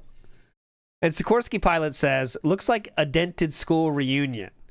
Well, to be fair, that's how it was. You know, if you saw yourself in one of these things back then, you'd look the same. Trust me. All right? But anyways, okay. Let's get to the results, okay? So I want to show you again, like I already said, anniversary editions right here. There is no DSP there. Top 8 is there. This was funny. I'm going to go down a lot in this one. This one was good. This person named Bach says, I find it funny how DSP said that if Duck fought a real Sandthrax team, he'd lose in a heartbeat. Well, I think DSP will be eating those words since Duck fought and beat the Sandthrax king himself, Sanford Kelly. There we go. Just a DSP mention. DSP was wrong about something. What's new? Right? What's new? Next, we have R. Sigley, who says, yes, DSP is out of Anniversary Edition. Praise be Allah. Or people didn't start hating DSP till 2014, though. Definitely. Next, let's go to... let's go this one. Haha, DSP lost an Anniversary Edition after talking all that shit. That's what you get, bitch. A lot of people having fun. A lot of people having fun. Just a lot of fun. A lot of friends having fun. Next, we're going to go here. So I have to show you this one because look at this. EVO After Party Tournament Results. USA versus Japan Arm Wrestling. Now, we have our first mention of something that DSP brought up in his story, and that is the arm wrestling. Now, what I'm going to show you here is, unfortunately, DSP is not mentioned at all. Either is, Valle defeats Daigo, serving him 3 losses in 3 games. But where's DSP? I don't see him, unfortunately. This is the, this is the arm wrestling fight. There was a hard gay pose-off, which that is fun. But yeah, Daigo Combo Fiend, MVP of the after party. This is what they call foreshadowing. Why would they be the MVPs of the after party? Well, hang on. I'm going to tell you. I'll get you there. So, we go down here. Nick T says, you look cute, blah, blah, blah. To the guy above, no, Combo Fiend had to be wheeled out. Daigo got carried out. Hilarious pics of Combo Fiend, though. So Combo Fiend is confirmed to require a wheelchair, but Daigo was carried out. This person says it. I heard the Japan players got seriously owned by alcohol after finals, and Daigo had to be wheeled back to his room. Also, the Alk plus Team Japan mad homosexual confirmed. That was the claim being made here, okay? And no, Combo Fiend had to be wheeled out. Daigo got carried out, all right? Next, we go to this one, okay? So this one says, I heard Daigo was something by Ricky in the bathroom. Is this true? That was, someone thought that could have happened, okay? The NKI, someone I personally trust, says, no, Ricky was actually the other way by Daigo in the bar. Get your facts straight. So apparently Daigo and Ricky Ortiz, something. Who knows, but something, okay? We go forward down. We go lower. Right here, 556. Just wondering, had no idea Daigo was gay, is what they're saying, okay? Blah, blah, blah. Blah, blah, blah. Wait, what? A lot of people were surprised to hear this news. I didn't know Daigo was homosexual. Anyone know what kind of stick Jay Wong used? There you go. Daigo and Ricky is too much. What do you mean is too much? Insert generic joke about being skilled at manipulating joysticks, blah, blah, blah, blah, blah, blah. Okay. Daigo and Ricky made out. Too sexy. NKI confirms. All I can say for sure is that he has those tendencies when intoxicated. Daigo and Ricky did not make out. Daigo simply dry humped Ricky. That's the proof. Bucktooth says apparently NKI has the dopest beard of all time. I'm just giving you the updates from people we know. Okay? Moving forward positively here in the best way we know how. We now have a thread entitled The Red Rock Casino Bar Club EVO Aftermath. Party from Monday morning thread. So the tournament ends on Sunday. It goes until Monday night is what this Nick T is insinuating, okay? Nick T says, for those that don't know or weren't there, almost 50 people from SRK met up at the club, not Cherry, the other one, Sunday night and Monday morning. It was a great night. This is at the bar, right? Everyone had fun, which is all that mattered. So that was the bar, right? The bar. Just wait. Jasmine's coming. Put it back in the pants. Jasmine's coming up. So these were the highlights from that. And by the way, just to be clear, as you can see, DSP was not invited to. There's no talk of DSP at these parties. Remember DSP said people were arm wrestling and stuff, and he was all privy to that? There's no mention of DSP at the arm wrestling anything, okay? You're going to see more about arm wrestling, but he's not involved. I don't know if he was there, whatever, but he was not involved in any of this write-ups, okay? Okay. Highlights from this Red Rock Casino bar party. Combo Fiend being wheeled out because he was drunk. Daigo being carried out because he was too drunk to walk. Arm wrestling money matches. And that's all I remember. So post up your thoughts, story of the night, and what went down and how you felt, okay? This is a good idea by Nick T, by the way. More people should do this. Like, I wish I did this, don't you, with your friends? Just like, what happened last night? I wish we could record it somehow, but you don't, you know? It just goes, and I guess that's more romantic anyway, right? It lives on in our hearts. Anyways, Hail and Kill says, I hate blah, blah, blah, blah. Apparently the staff were really tough on underage people because drinking and stuff. Starboy says, I have a pic of Daigo puking on my phone for some reason. I don't remember taking it. Again, these are all just fun things you do with this kind of stuff.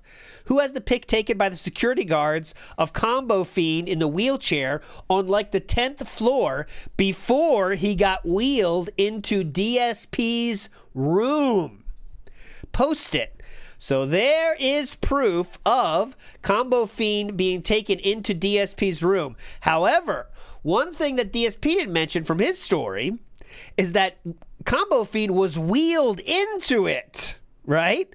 He said about like wheel out, but he's being wheeled into DSP's room. So basically, they just needed a place to drop off Combo Fiend, right? Like, all right, where do we put this Combo Fiend? He's passed out. I think DSP has a room. Go, go, go. Saber says, Daigo also got hauled off in a wheelchair at the end of the night. We dragged him to the bathroom and he puked all over the sink. Security told us to drag him to the toilet instead. Then they called for a wheelchair. That was pretty much the end of all that. Me and Dogface went back to the room. We come out for a minute and see them pushing Daigo in the wheelchair back to his room. It was pretty bad, but hella funny. Didn't have a camera with me at the time. Could have had fun with that pic. And they also got kicked out of the bar from all the arm wrestling after the match between me and Jason Nelson. I remember security coming up asking if we were betting, but all of us drunks were still conscious enough to say no. Hella clutch. So this is what DSP is remembering, it seems, doesn't it? Okay, so security did ask about the arm wrestling, in fact. However, it was, are you betting on it? So they were betting on it, but they said no, we're not, and then they let them go. But it wasn't exactly what DSP was stating, but there is some truth to that statement as well. It's almost as if he's remembering things that could be found on the SRK forums exclusively, but who knows, okay? Who knows? Next, keep going down this thread here from this night. Quote, for truth, I just caught right of you, blah, blah, blah, blah, blah. Let the man drink his sorrows away in peace. A lot of people getting asked if they're old enough, and some people were. Blah, blah, blah. That is it, okay? So there was, okay, that's that thread, okay? Many more threads from this. This next one we're going to go into is from this memory here, okay? So, right here is... I want to make sure I get the right one here. Blah, blah, blah, blah, blah. Okay, so... here we go. At EVO this year, like Monday morning, there was a party at this club at the hotel, okay? Omar got wasted, went up to play games with the Japanese, leaves the room to make a call, goes back to a random door, and, well, come on, guys, it's Omar, let me in. Person behind the door. We don't know anyone by that name. Omar says, come on, guys, I can hear you. The person says, go away. Omar says, oh, I see how it is. You want to turtle it down. I'll wait here. So he's fucking sitting in front of this random person's door, waiting for them to open it up. Apparently, the old lady inside was so scared that she called security, and the Japanese got kicked out of their room. Omar went to the wrong room. He went 2 doors down instead of 1, freaking out an old lady in the process. Later on the same night, because of this, I'm guessing, random room searches were done, and people who had more than 4 people in the room were kicked out. This is the key detail. Now we know why those people did not have rooms. Because, apparently, well, I guess it's this person's guess, of course, as well, but people that had more than 4 people in the room, they said, you got to get the fuck out. And so that means there's a lot of people looking for rooms now all of a sudden. So where do they got to go? They got to go to a place they know there's not 4, and that's DSP's room. So they all go to DSP's room. Why? I don't know. That's what they said. They all go to DSP's room. Why? I don't know. But about 10 minutes in, DSP has like 50 people in his room. LOL. Go EVO. Okay. So that is more confirmation of this story. It did happen, yeah, but I mean, how? Who knows? How exactly? We'll never know. Okay. Next up. This is the craziest and possibly best EVO ever thread. Just one post for you on this one. People are saying, what were the best moments and stuff of the day? And Gian Wanzu says, someone on the mic kept saying, DSP sucks. And then this person quotes that and says, didn't he say he was going to make it to the finals? LOL. But remember, no one hated DSP until 2014. Okay? No one hated him until then. Next up, I wanted to show this one just because it was interesting to me. Watson left his thoughts of the tournament here, okay? And I want to show you that to kind of prove my point. I think that Watson's not a fan of Japanese players. You know what I mean? Announcer that sucked. Hang on that one. I got more on that in a second.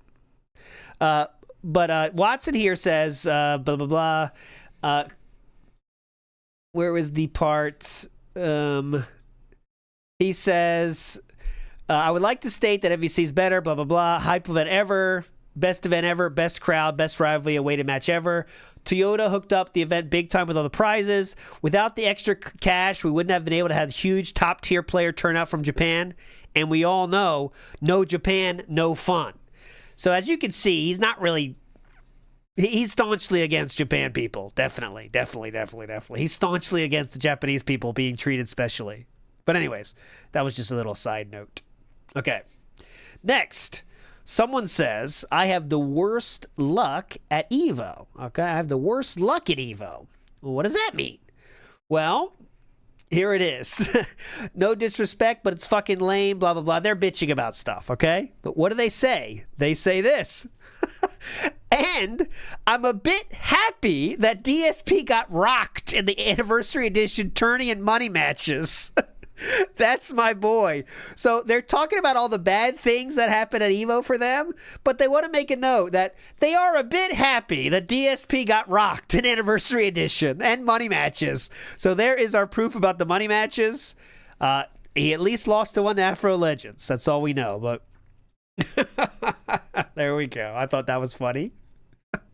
That's the saving grace of the tournament was that DSP lost. At least DSP lost, right? I mean, that's good. Okay. Next, we have the shout-out thread. This is the kind of the shout-outs. Shout-outs to people. And I want to show you here. Make sure I got the right one. Yes, okay. So on this one, Verset. Remember we've shown Verset before. He was the one that was kind of challenging DSP. And we do have our first mention of the one you've been waiting for. I know you've been waiting for this. It is, where is she now? I can't find her. Someone says something to Jasmine. That's where we know Jasmine exists. Where is she? Where is she? Right here. Okay, I was right. Blah, blah, Ricky Ortiz, good shit on second. John Choi, Keith, Eric Lee, Omni, Bucktooth, blah, blah, and Ma each go Jasmine.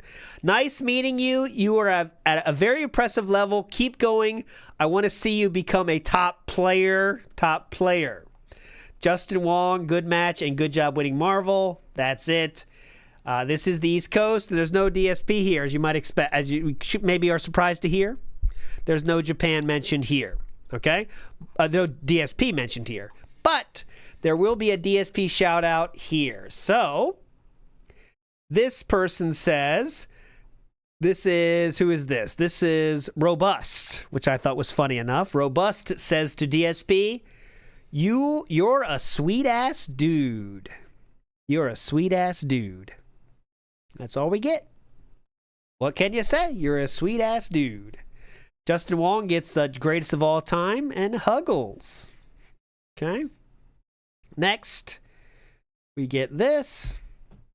Okay.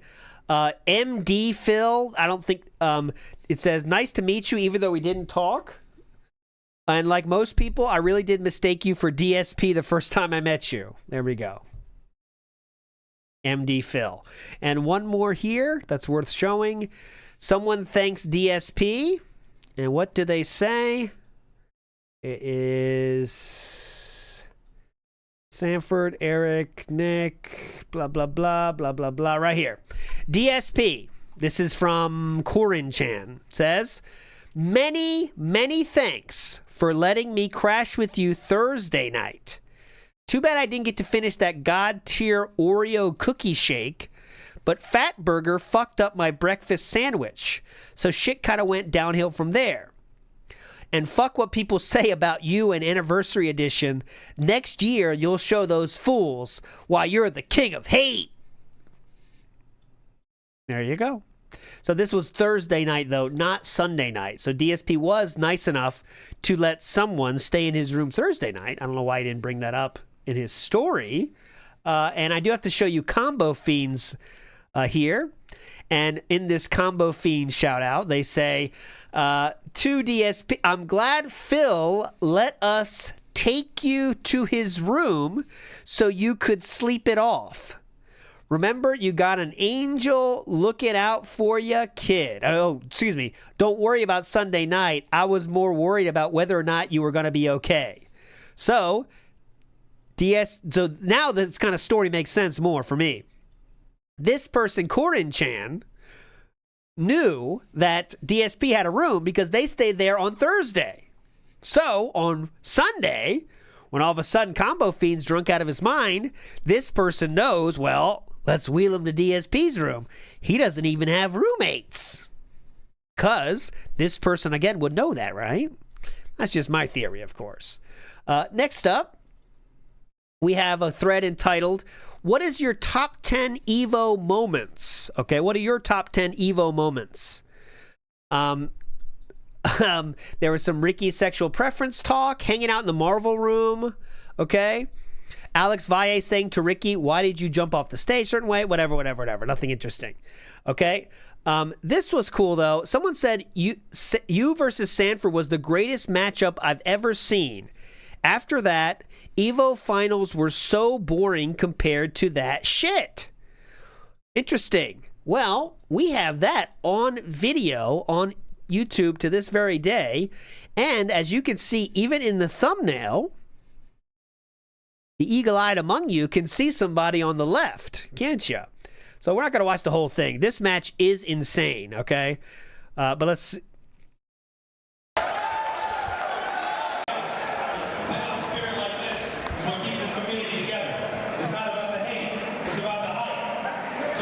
It's not about the hate, it's about the hype. And this was a huge money match.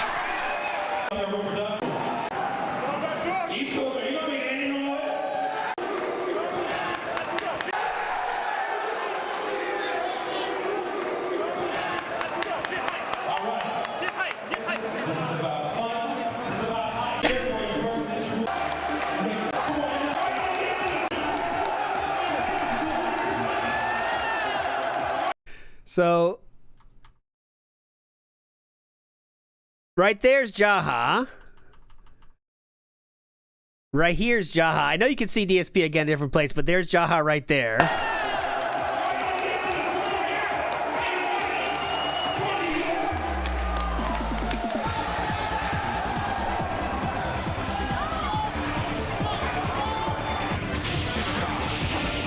This is hype.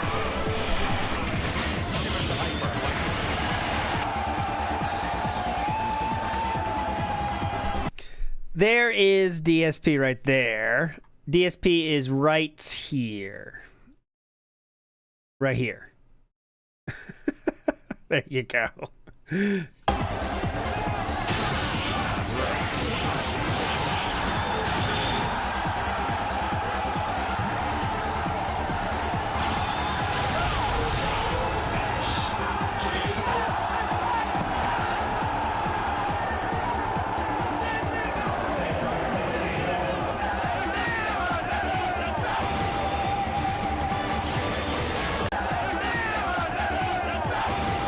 Okay, now this is funny.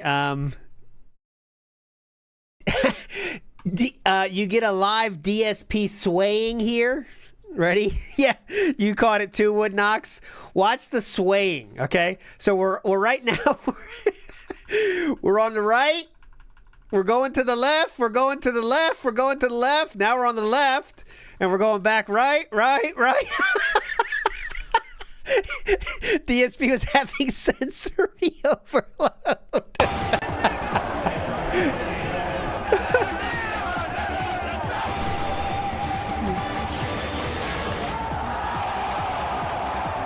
There's Jaha there, who would be on a Team West Coast, I assume.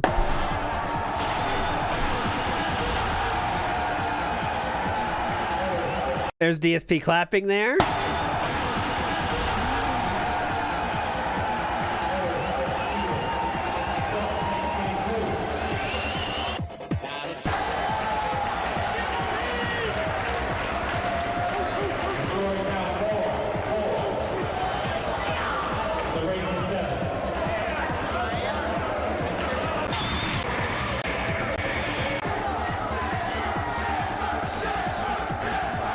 This was, by the way, I should have said, it's Duck Dew versus Sanford Kelly.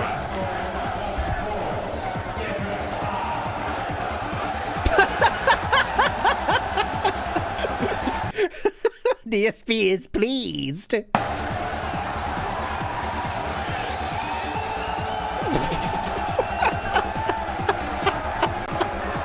He's popping off.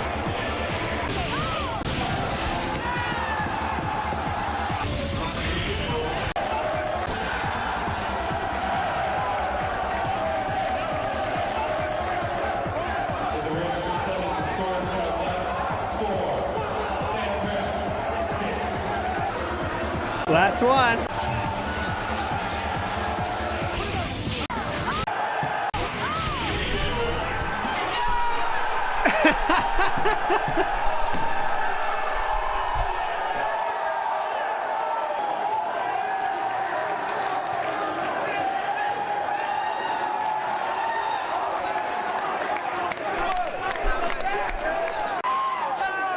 So here's some more magic I found from this. This is just a magical thing, you know. Just you know, we're not there, so we can't get the full feeling. But this is just a so hype thing, just to show you. I found some magic here.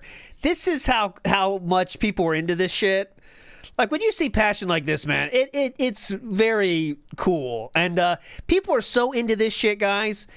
Alphaism Radio was playing this live in 2006, and you could listen to it on the radio.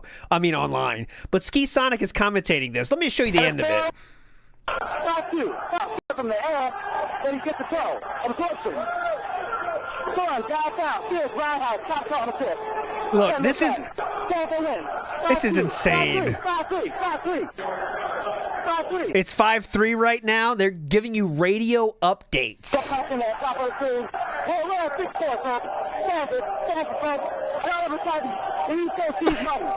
You don't even know what the fuck he's saying, but it's still hype. Wait to hear the pop-off. This match is serious. I'm still with the optimism. Hey, what's the score now? There's Bunky. What's the score? Can you hear me? Yeah, what's the score? Hello, Bunk. Yeah. Huh? We're getting real high. The East Coast is jumping up and down. It's eyes everywhere. If you've been to New York, you know what I mean. Man, Isn't this magic? This is such magic for me. I love this find. He's a legend. Anyone Mr. Carroll's is going to hell. Hey, Ski, what's the score? Ski Sonic, we need the fucking score. I'm sorry, folks. I don't want people to get the wrong idea. Potter is sitting on the East Coast side, but he did get on top. He's no turncoat. I don't know what he's talking about. Ski Sonic, gotta keep the score.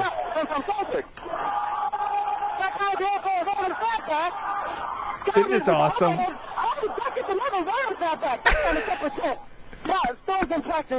He's been summer. I've been got super on Stanford Sentinel. 72% let's eat 2 guns off super. It's so awesome. Like, it's like, this is, you guys are saying, like, get your shit together. Guys, in 2006, this is what getting your shit together sounded like. You're listening to a live playback of a fighting game tournament online. This is magic that it's even happening, okay? So cut the shit with the get your shit together. This was incredible level live internet coverage. There's no live streaming yet. There's no fucking YouTube yet. He's got a pop with that. Fire in the Capcom. Target is for him. Cable's in the corner. Sarah in the corner. Over the roundhouse. Super. Cable cut to the Capcom. Over and up their team. Short. Massively off the cover. Up to your face. Fire's incoming. Down the Sentinel again. I've got an 85%. I can't even see the screen. 7 inches up Pierce. He's getting me. He's losing a little bit of it. God, so short. Finally got on his ass super. You can't even say that. I thought he had the last pop off, then we're done.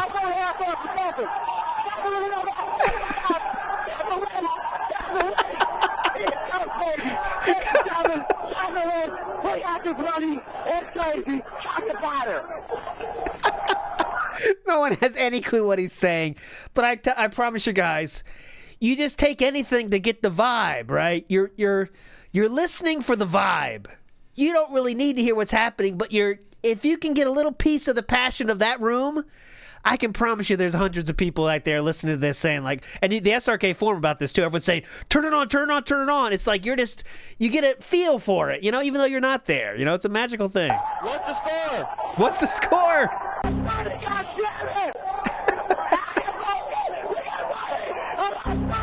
It just ended.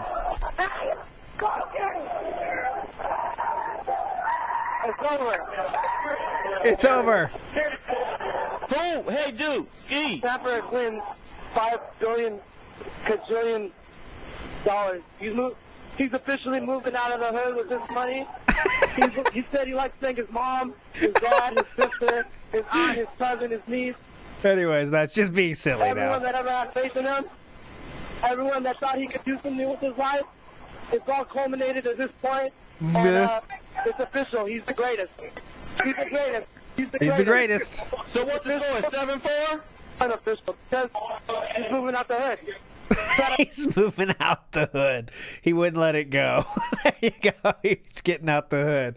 Okay, so that was that moment. That was amazing. It was amazing. Okay, next up we have some audio style things, not from that anymore, but from after the tournament, okay? So I want to bring this up. I want to explain this way.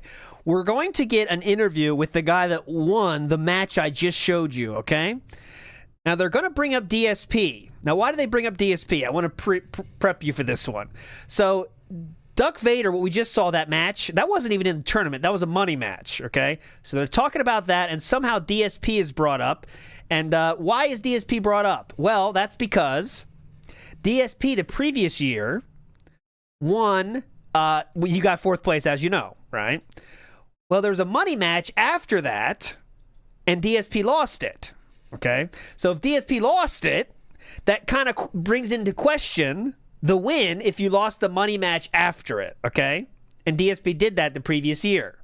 So now that gets brought up here with Duck in this money match. They're talking about that money match. So here we go. For sure. Hey, look, the money doesn't hurt.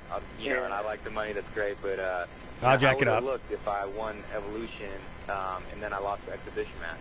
So to me, that exhibition match versus Daigo after Evolution, that was just as big as a tournament in my eyes because that's. So did you hear that? Here. Match versus Daigo after Evolution. But you know, how would it look if I won right here. Evolution and then I lost the exhibition match? So to me, that exhibition match versus Daigo after Evolution, that was just as big as a tournament in my eyes because that solidified that, you know, this is no fluke. Americans won this year, and that's really what I wanted to kind of prove.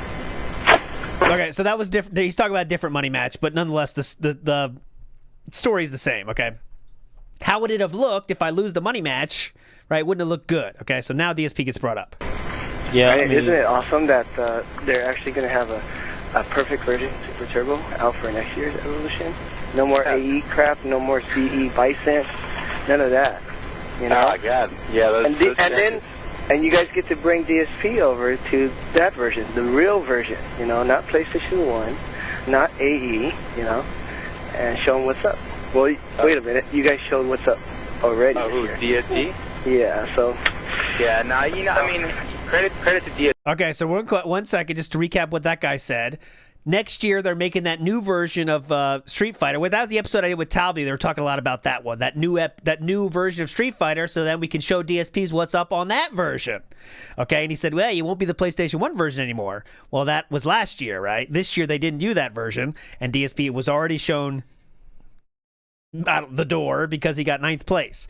So what does Duck Vader have to say about DSP now? Yeah, he was close to getting top 8, man, but he's got no one to practice against over there. Yeah, I know. I mean, you know, I'm sure there's some players, but I don't know how many people take AE seriously. I think that there's a lot of Marvel players over there, maybe a lot of Third Strike. I'm not really big on the other games, so I don't really know too much about it, but seems like it's a little shallow when it comes to some of the old school games. And you know, I give the guy credit. At least he was able to make a showing and represent someone from the East Coast. I just think that you know, overall we got some legends on the West Coast, some real hardcore players, some guys that have been around the game for a long time. And I mean, there's no shame in losing any of them. So there you go. Hey, respect. This question is actually for is Chong still on the phone? Okay, there you go. So that's just want to show that little bit of respect shown from Duck Vader there. So big ups to Duck Vader.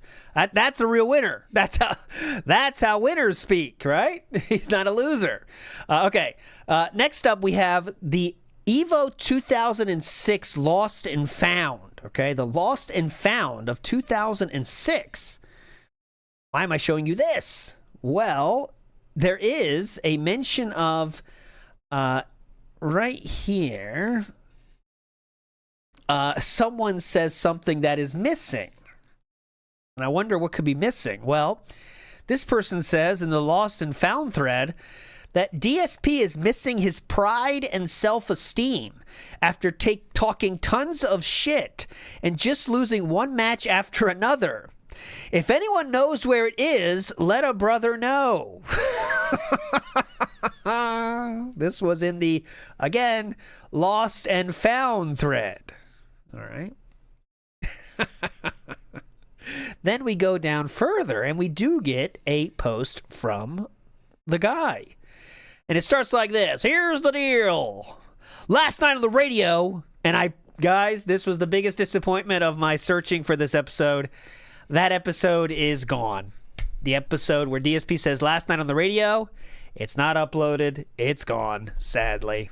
But anyways, last night on the radio, I discussed with Bunky and other people online at the time the situation with Preppy's missing stick. We all agreed that Preppy has done so much for the community out of the kindness of his own heart that we cannot let this stand. We are giving the person who stole Preppy's stick 1 week from today to return it.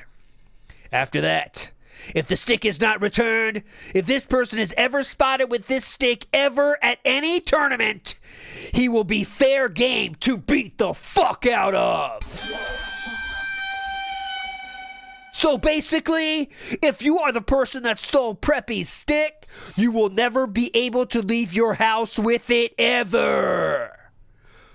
Also, we decided that if the stick is returned within 1 week, by September 1st, then I will create a thread on SRK where people will be able to donate their money directly to Preppy in order for him to buy a new joystick.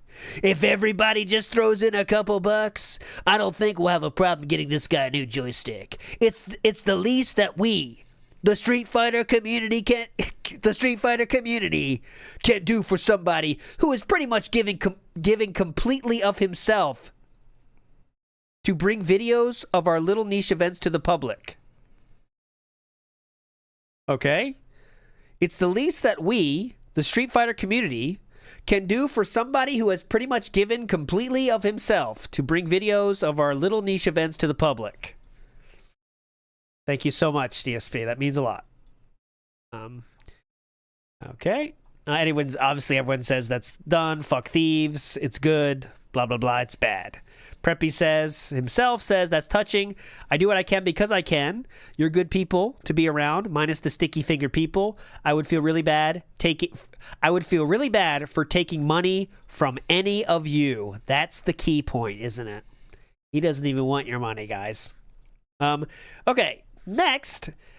This is really, really cool. Okay, so this is not exactly has to do with EVO 2006, even though it was made just a month afterwards. But they do talk about DSP here, and it was very, very interesting. Here we go. Are here because I will boost it. Hold on. This would be a good moment for all of us. It might be something really special, and I mean it's just like I said, I need you guys' help on this as well, because now if this goes through a TSN, now I really want to get even more people involved as possible. So all of you, if you know people that are in the gaming community that that want to get on, let me know, because I think that we want to get as many names out there as possible, so people know. All right, I'll go call DSP then. All right. What? Do you have hate Wednesdays? I have hate Wednesdays, Turtle Tuesdays, and let's see here. Meter Mondays. Meter Mondays. That's like rush that shit down Saturdays. I actually don't think that. I mean, I should say never, but I don't think DSP is going to be on the radio anymore. Okay, it's really quiet, I know, but he's saying. Bunky was talking about bringing in other people on the radio show, and this guy said as a joke, how about DSP? Bunky, the host of this show, just said, I don't think he's going to be on the radio anymore. Okay, so why not? I should say never, but I don't think DSP is going to be on the radio anymore. He has a very, very negative opinion of the radio station, so I mean, I really don't expect him to really be a part of the station anymore. So. Which is unfortunate, but then again, hey, that's life. That's life. Ben, mm-hmm. I'm gonna agree and sort of disagree on that, because just like any show, entertainment, mm-hmm. Even though he has a negative approach to the community of what he's up to, Hey, this person who's a mystery person for me, Matt Kraft, or anyway. Even though he has a negative approach to the community, that's just a known statement about DSP at this point. Any show, entertainment, mm-hmm.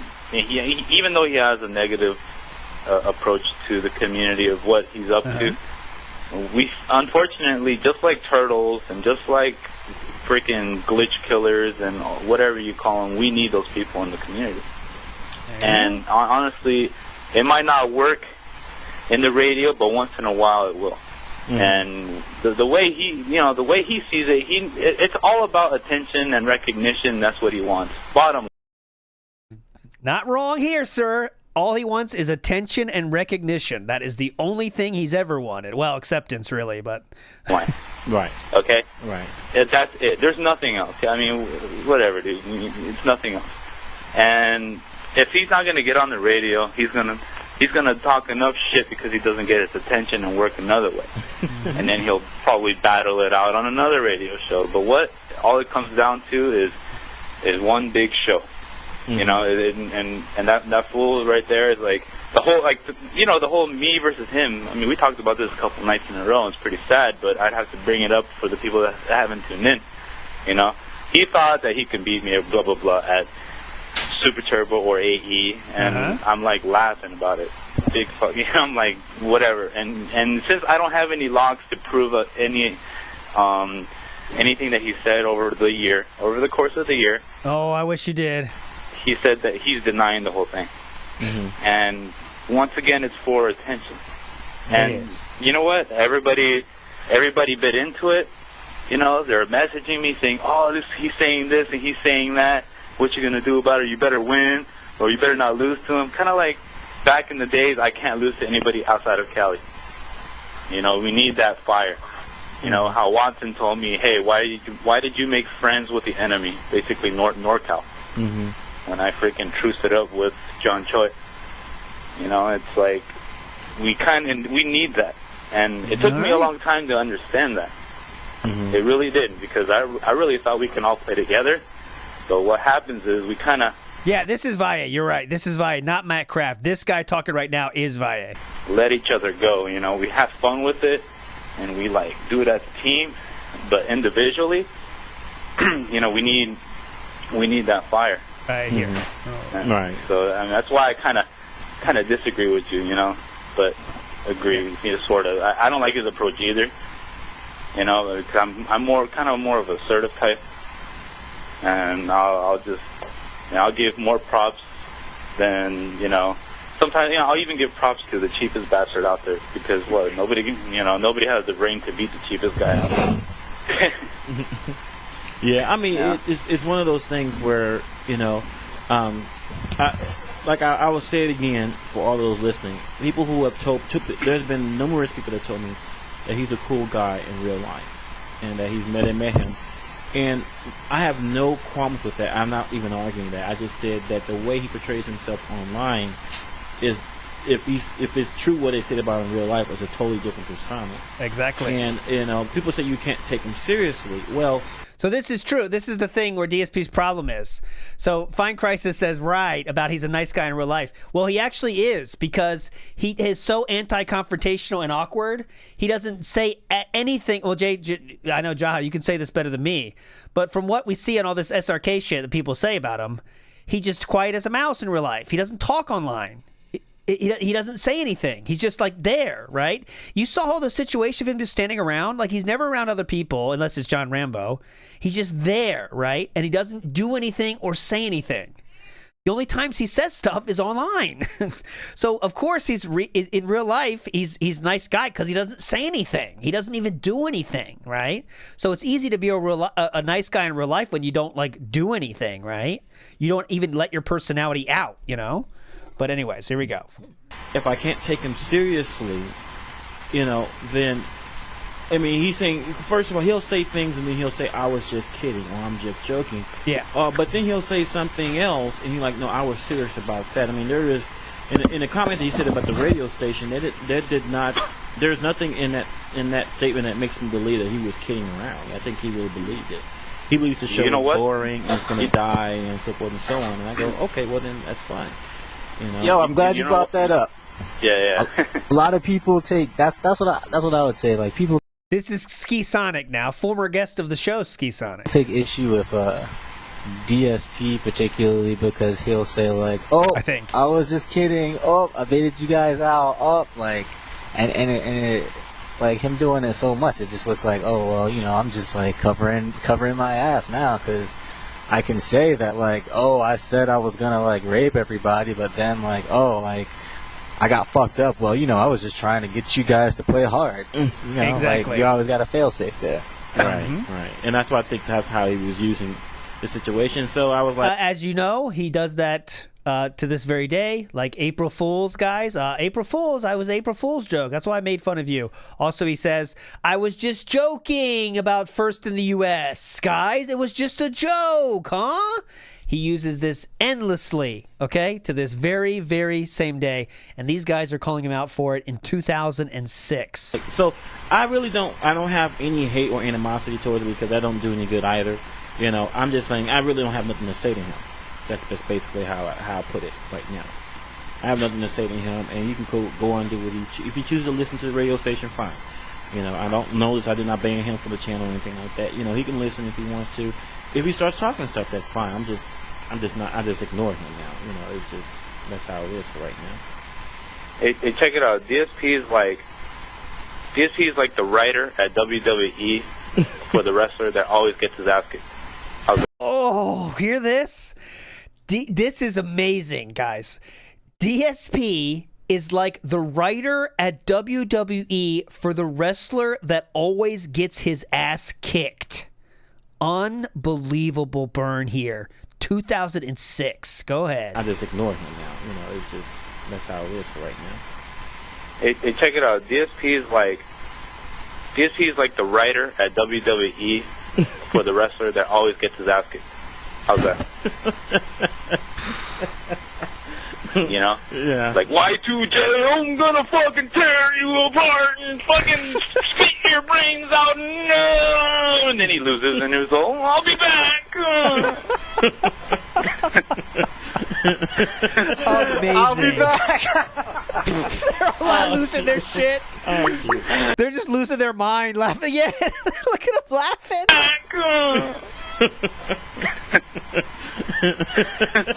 I'll be back. God damn it. What the fuck? That's amazing, right? Oh.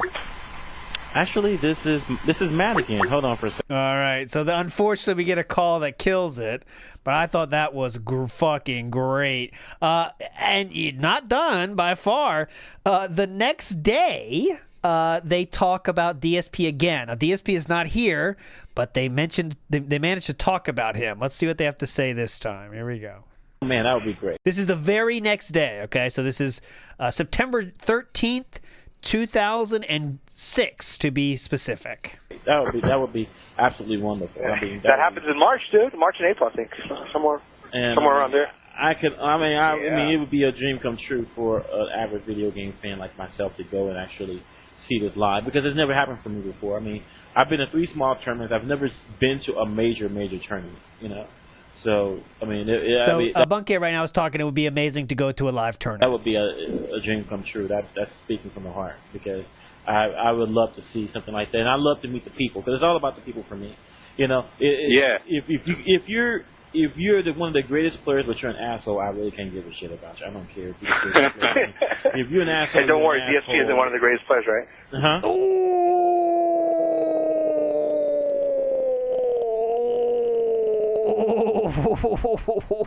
One more time, please. Speaking from the heart, because I would love to see something like that, and I love to meet the people, because it's all about the people for me.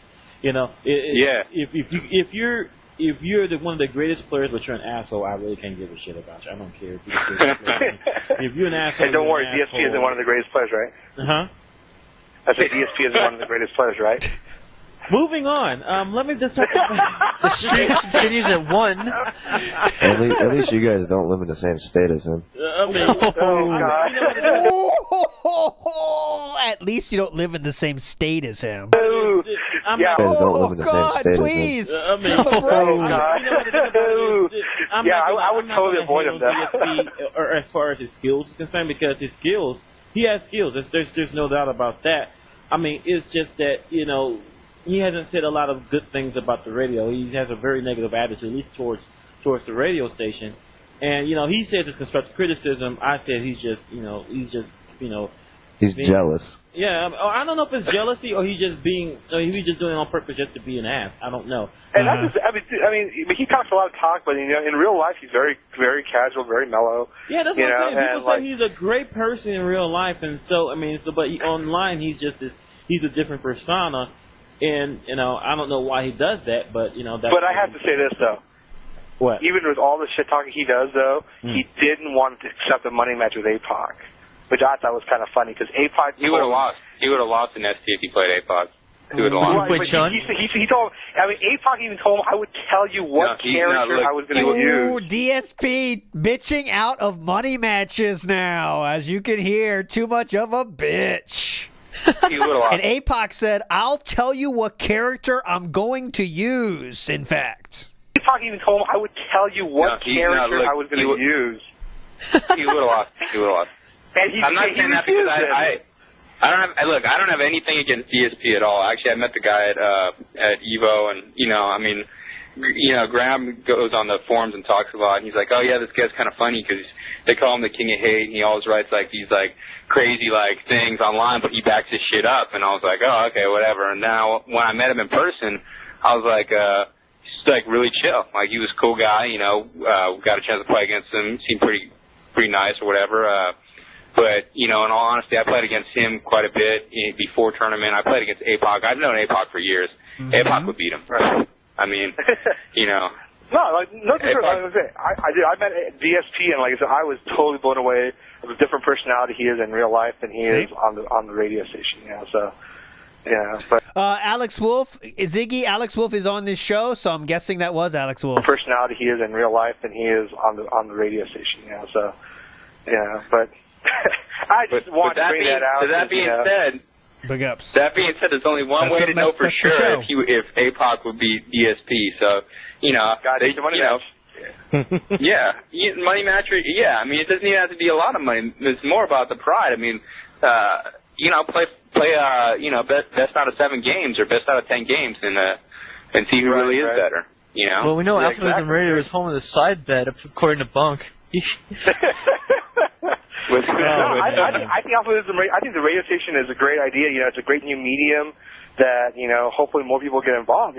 So there you go. That was the mention of DSP there. Again, making fun of him. It's just something they do. Also, it's clear that his personality. See, I think these people are saying he's a nice guy, but like Jaha said before, and other people, he just doesn't do anything. So it's a little bit different. But yeah, he's a nice guy in real life, but he's just because he doesn't do anything. You know what I mean? He doesn't do anything. Okay, so now we are officially. The tournament is over. As you've been playing shit from after it already. As you can see here, this was all the people walking out. Of the tournament. Tournament's over. Now we're in August of 2006, which is the following month. You thought the story ended here. No, it continues. This next post is from DSP, and I'll hit it for the first time today.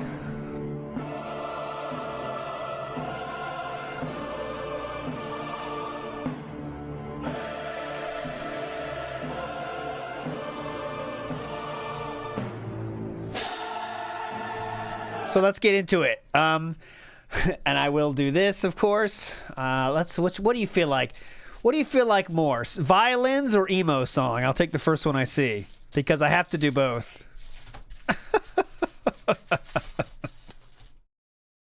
What do you want? Emo or violins? Emo. Too quick. L said emo. Okay. Most people who have talked to me post-EVO know how disappointed I am with myself.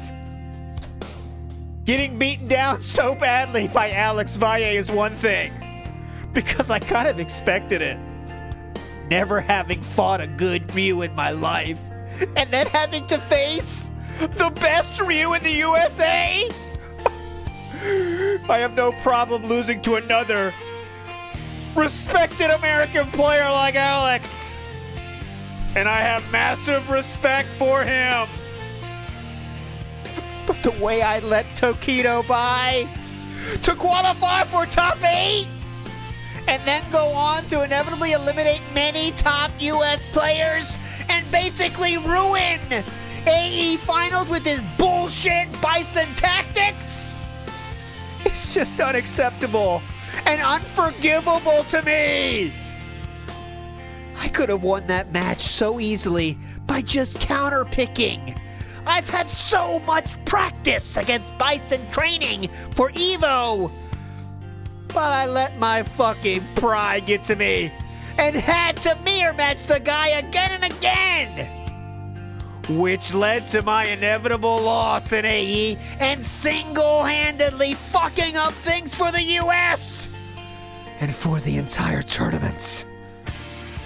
Anyone watching AE finals will admit it was total ass. Seeing Tokido win with laughably scrubby Bison tactics. Not only did I let my friends, my team, and the entire East Coast down, I also let my country down. I found it hard to live with myself these past few days. But I finally let it sink in.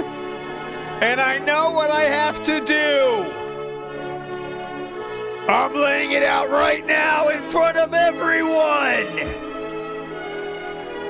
Next EVO, I'm challenging Tokido to a set in Street Fighter. There can be money on the line or not. It doesn't matter to me, but here are the real stakes.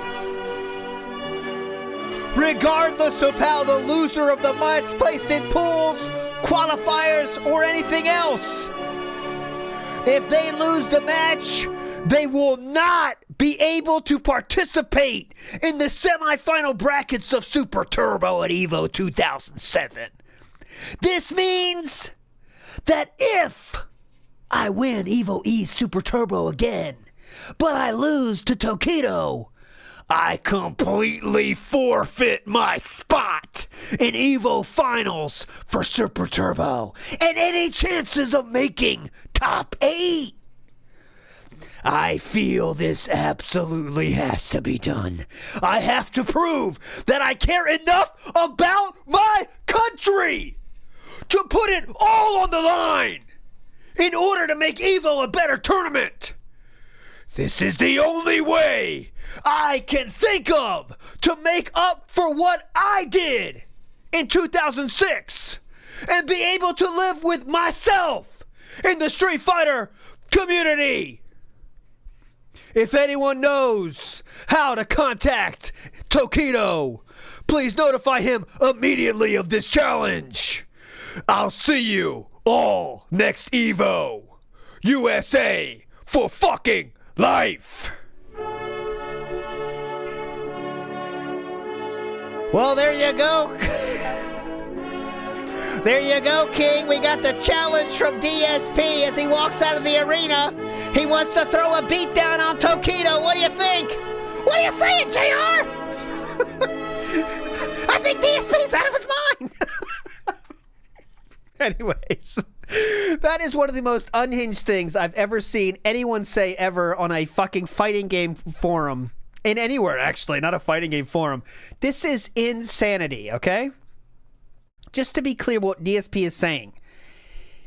Because he lost and let Tokido get by easily, he wants to play Tokido in a different event, but he's putting more of a challenge onto it, so whoever loses, they can't play in the tournament at that EVO because they did a money match against DSP. Okay. Well, let's see what the community thought, huh? Wow, forfeit their spot? That doesn't seem necessary. I agree. Goki says, you didn't let anyone down but yourself. USA lost because no one in the top 8 was better than Tokido. But to bet that if you lose, you will not play if you make it to the top 8 is another show of your pride getting the best of you. Why prove that you are better than one man when you could prove that you are better than everyone by simply winning the whole tourney? Like you said, you had never faced a good Ryu before, so why not worry about that instead?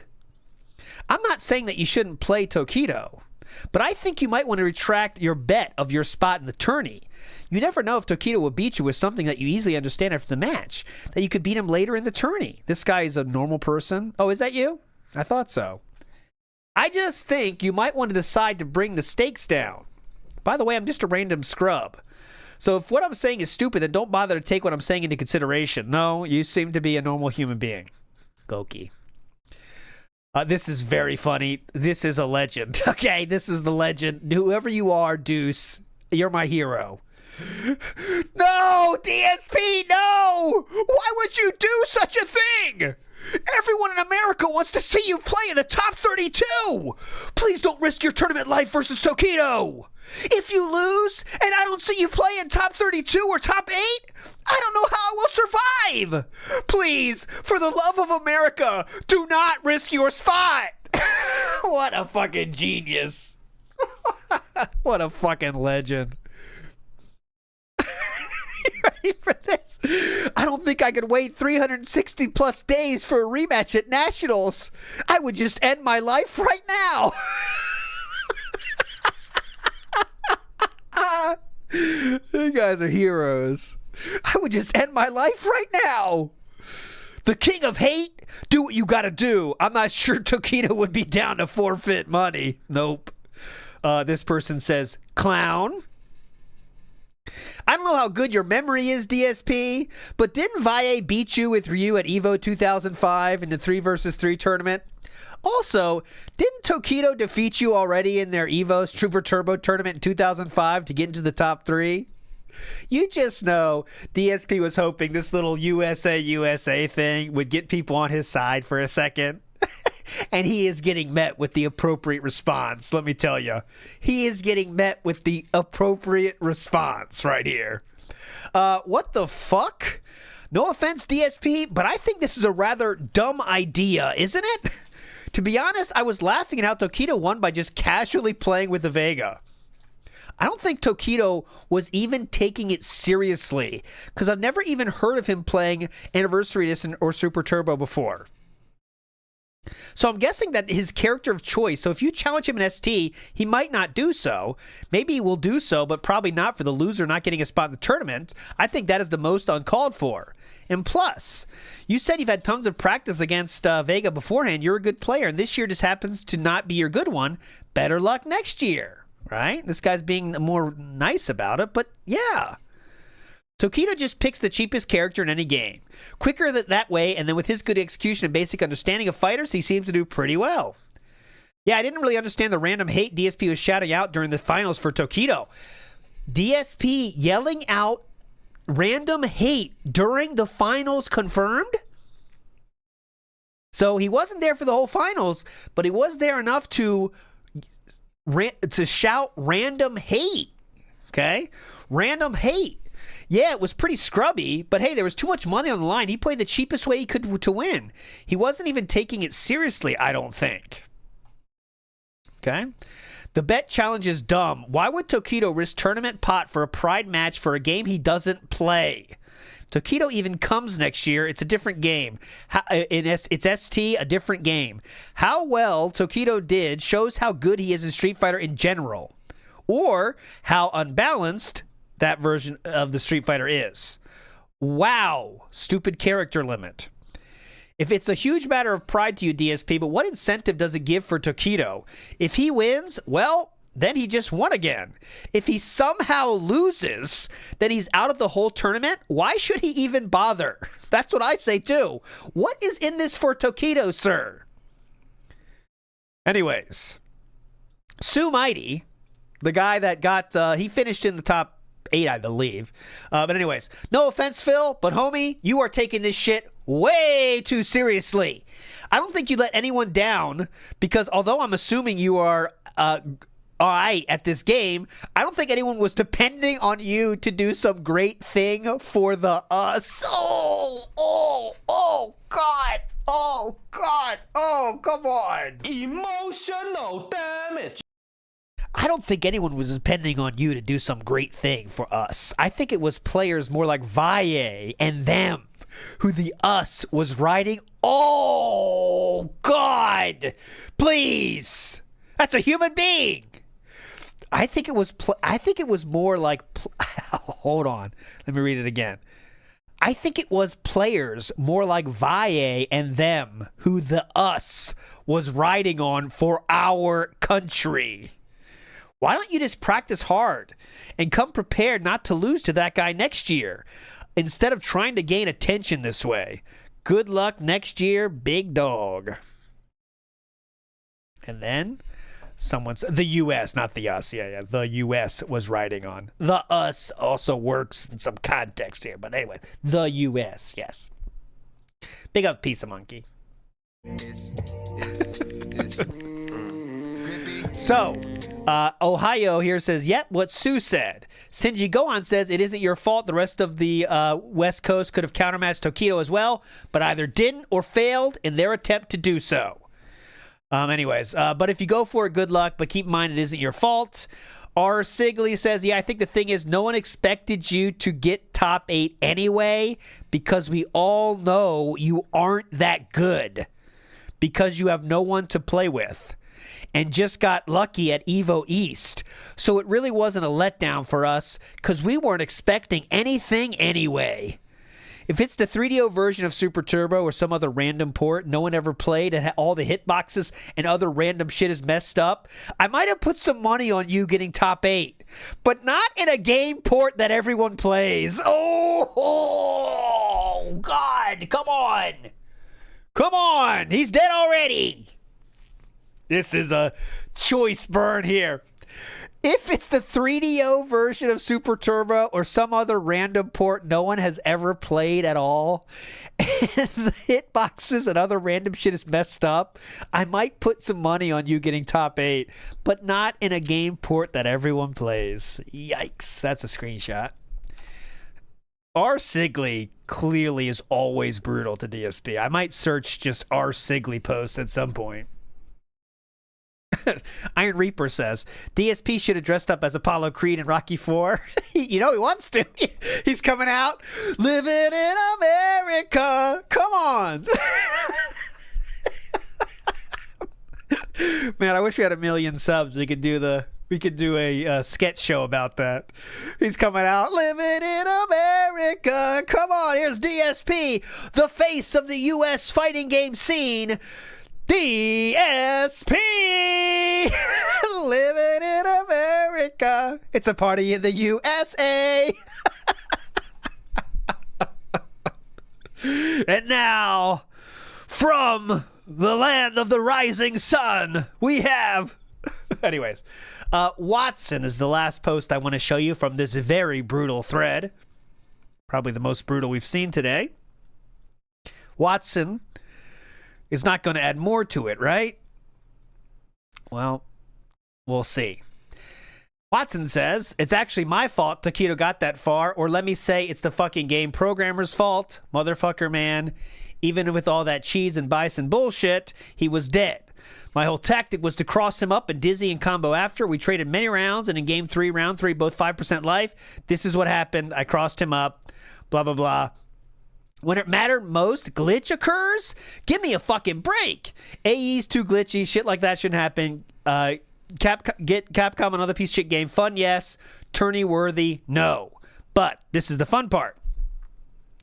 And on another side note, Phil, myself not making top 8 or Cole not making top 8 is a much bigger letdown than you. Not a diss. Just fact. Ooh,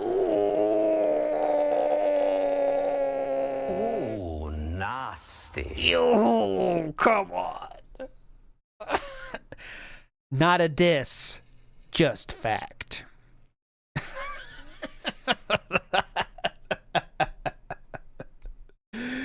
Okay, moving on. The damage setting is really high in that game, blah, blah. Watson, yeah, I saw your match, was really surprised. He's talking to Watson. This is DSP's response, though. He says, people saying that Taquito has no incentive to do this haven't read. I said I would put any amount of money on this match, and it doesn't matter. If Taquito wants 1,000 on this, I will do it. Money is not an issue, and if he thinks he's so much better, it should be free. This has nothing to do with pride. It has to do with me forcing myself to play my best for once. For too long, I've stupidly beaten myself in tournaments by forcing the better match. Or trying to prove a point.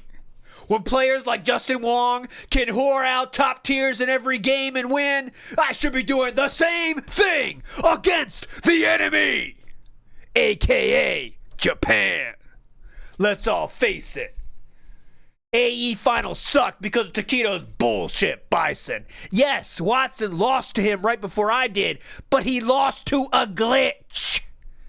I had a straight-up chance to beat him by just counterpicking, but instead it became a matter of pride, and that's why I ruined Anniversary Edition for everyone. I'm not about to let that happen again. I appreciate all of your comments, your support, and even your hate. It lets me get many perspectives on the issue, but the challenge stands, and I'm still awaiting the time when somebody lets Taquito know of this challenge. Ban it to wah wah, ban it to wah wah, ban it to wah wah, ban it to wah wah, ban it to wah wah. Uh-oh. Decoy comes in. Phil, let's paint a clearer picture here. I think everyone knows it is indeed about pride. You feel that you could have beaten him if you had done what the best players do. Pick a top-tier character and whore your way to victory. So why didn't you? Pride. I can relate to your thinking because I'm guilty of the same thing. I'll play Blanca versus anybody. Heck, in Super Turbo at ECC this year, I played Blanca against back-to-back Rogs. Stupid? Maybe, but that's just the way I roll. I enjoy being the underdog, so to me, it's no big deal if I win or lose. If I win, it's great because I did my way. If I lose, so what? As long as I take down players I'm not supposed to beat along the way, that's good enough for me. If you want to win, then you know what you need to do. If you want to keep your pride, then do it your way. Okay?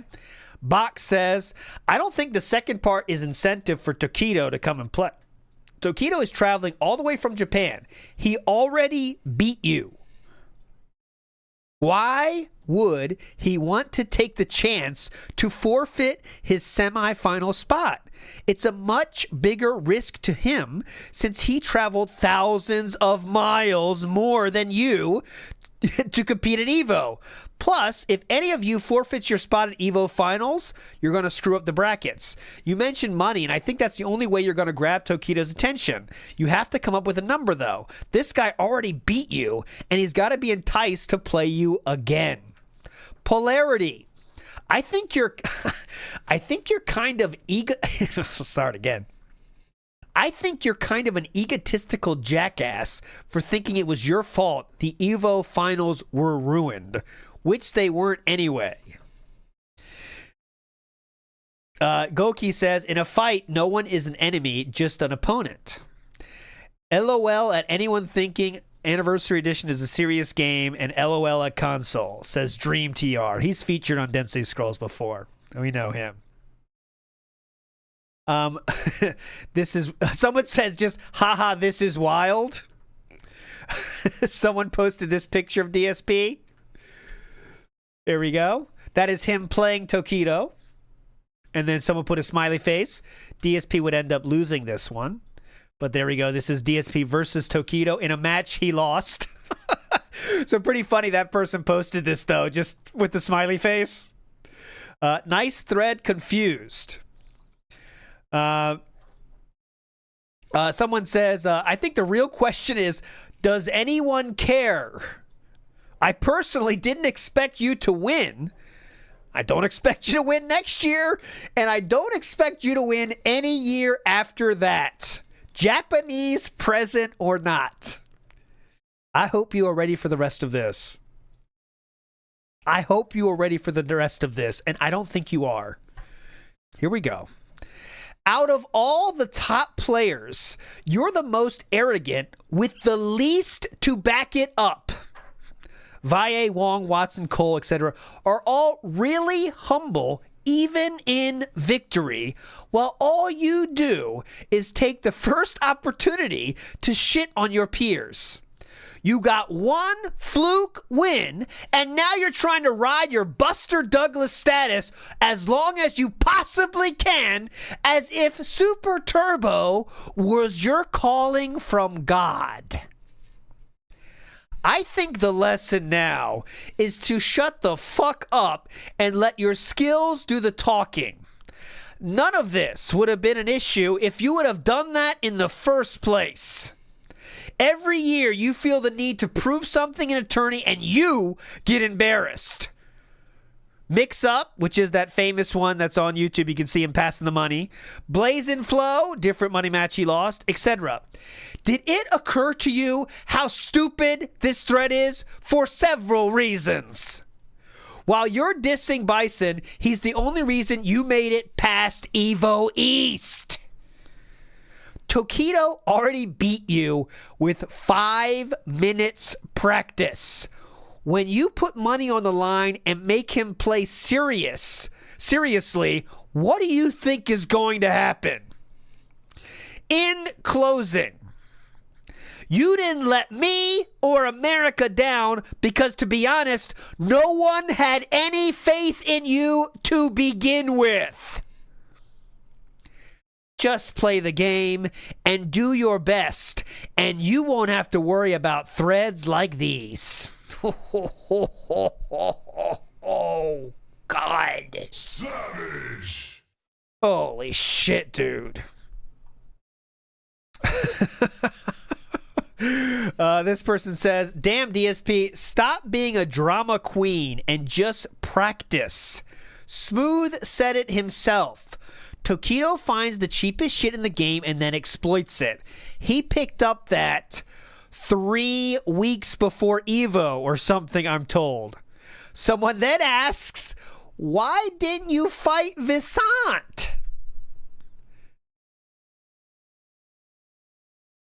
I'd like to know. DSP, why did you turn that one down? This person, whoever you are, Nescu69, I agree with you. I wish I could, look at this. I wish I could put this whole fucking post in my signature. It's brutal beyond belief. If grape was a post, this would be it.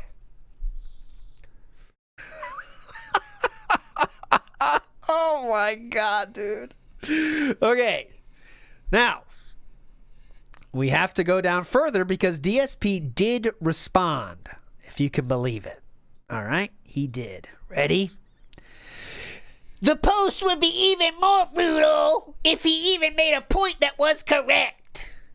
Every time he tries to cite a fact to insult me, he's wrong. Which is why I, myself, and nobody else have addressed his post. And in the fact that he's an infamous forum troll, and it just adds the pointlessness. Anyways, I still plan to go through with this next year.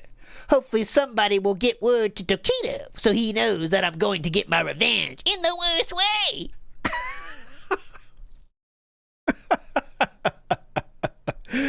Someone says, this dude got a point. You're making it a big deal and trying to play yourself off as some big super turbo big name when you're not. He beat you because he's a better player. If you want to lie to yourself and make up excuses for why you lost, that's cool. We all do it, and sometimes there's merit, but I don't think there's any here. You got beat by a cheap-ass motherfucker who's known to be a natural at pretty any game he touches. Anyway, point is, it's going to grind at you the whole year if you keep lying to yourself. Keep it internal, purify your reasons for your actions in this life, and you won't die of cancer. I don't know if that's true, but okay, the first part was fine. Oh yeah, and I really don't think Tokido gives a shit about you. You're setting yourself up for failure. If he refuses, you look like a bitch. And if he accepts and beats you, which I think he will, because while you may be the king of hate, he is the king of cheap. you will look even worse. All I gotta say is don't set yourself up. I've done it before and it sucks ass, but I never declared my intentions in some big-ass thread like this. And finally, the people I consider OG ST beasts are names like Watson, Valle, Cole, Nelson, Choi, Wolf Brothers, etc. This is so rough, man. I'm pretty sure most people would agree these are the guys we respect the most, 'cause they've accomplished a shitload during the past decade or so.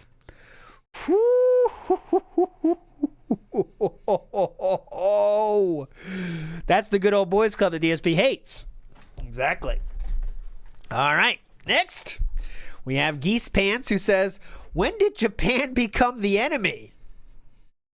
I was going to mention that. Sounds like fucking World War II propaganda. The enemy? Man, there is hype and there is stupidity.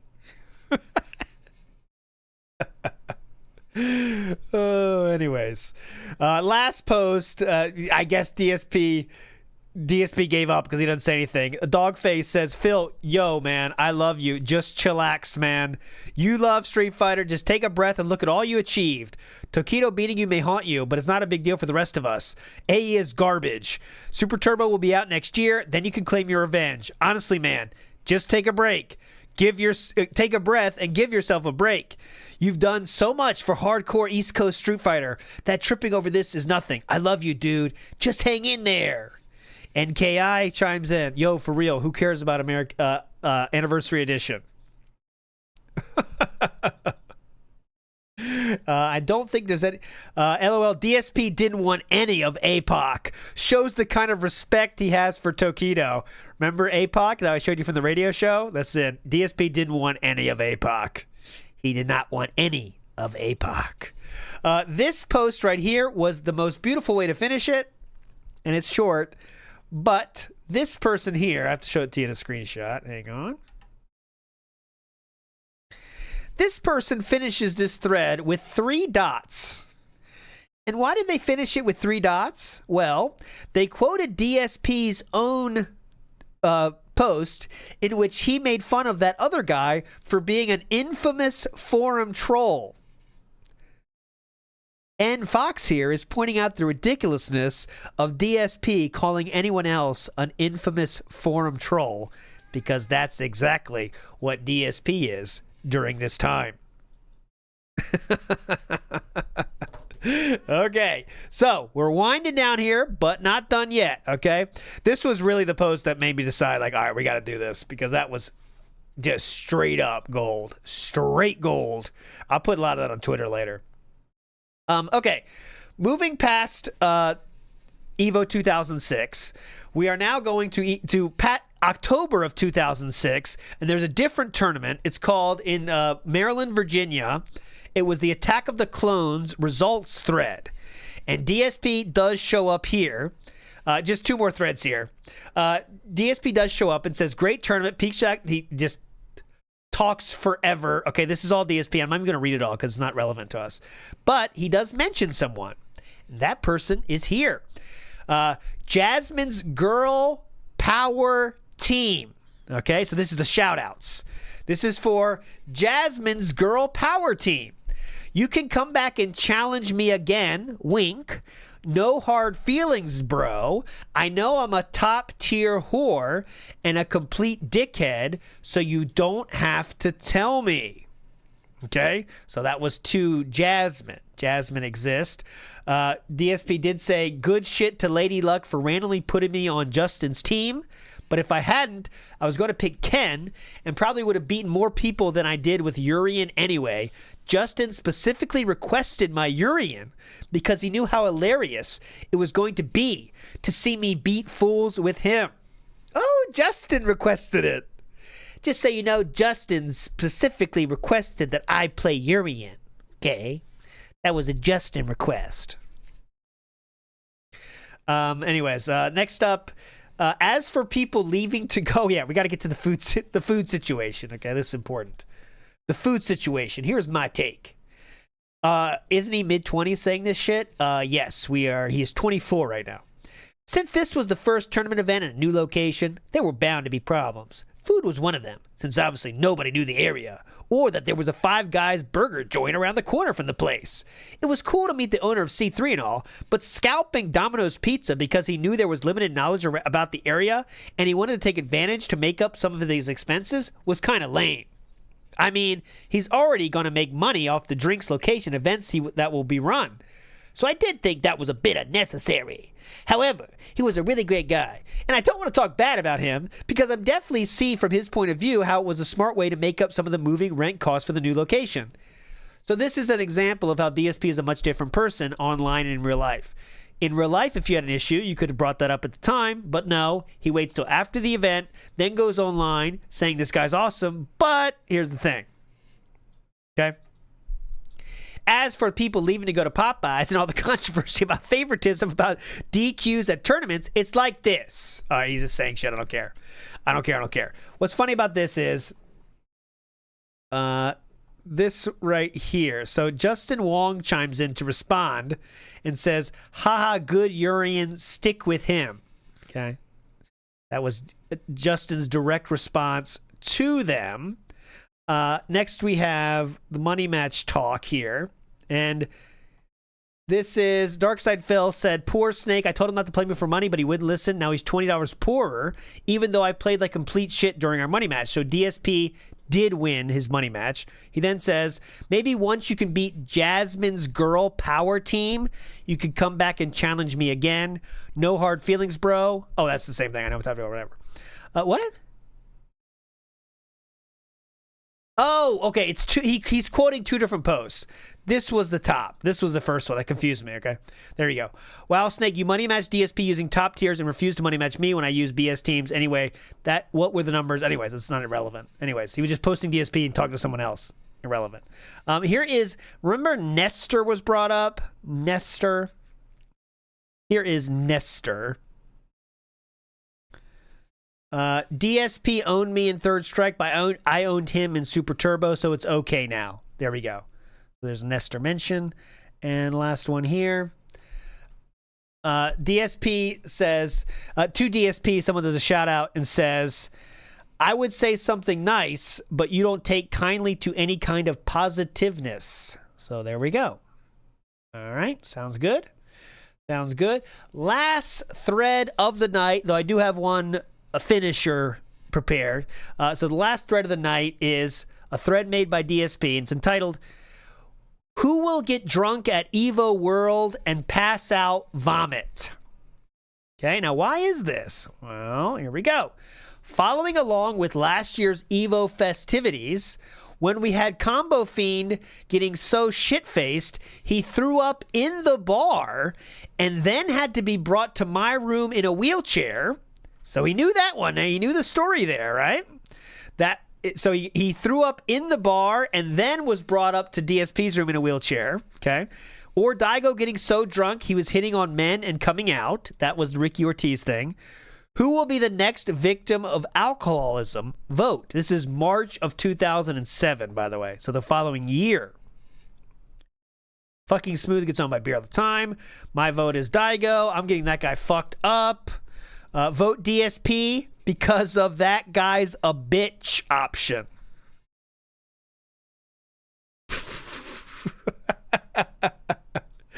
So this person voted DSP because of that guy's a bitch.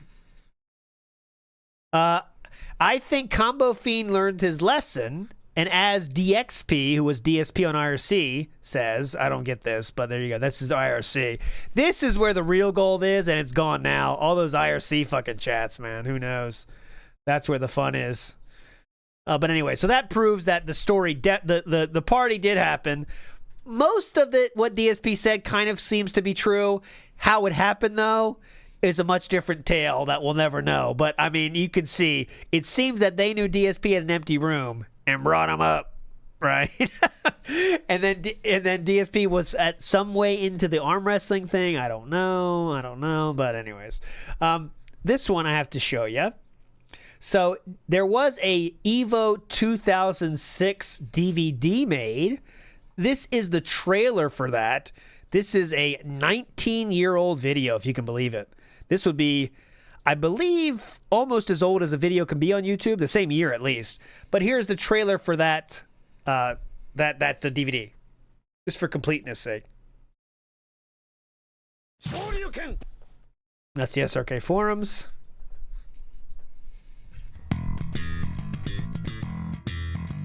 Oh, I probably got to mute it. There's some do this the whole time. A trailer! I'll turn it down to try to stop it getting muted, but... So as you can see, this money match was so hype that it's on the DVD. I mean, that's pretty fucking hype.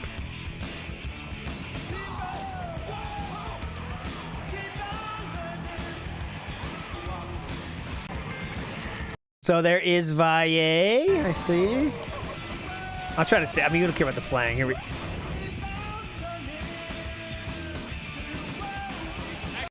So a lot of people from Japan, as you can see.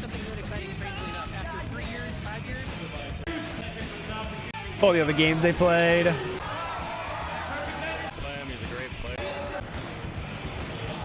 There's the money match. There is Bucktooth. Oh, so you know everybody, Jaha. There you go. There's Bucktooth. DSP's talked about him before. Look at him. What a legend right there.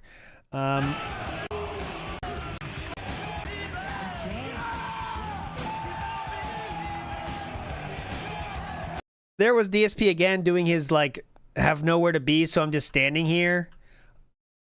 Right there. Oh, is that Watson in front of him, too?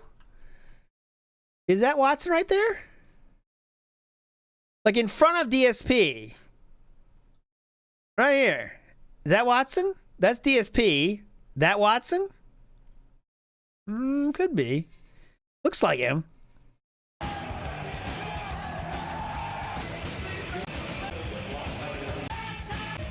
Who's this?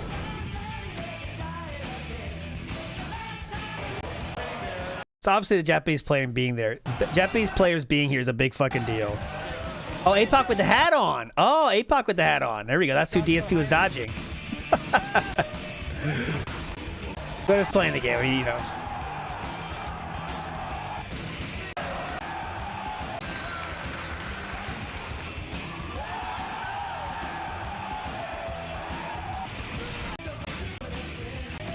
Sanford.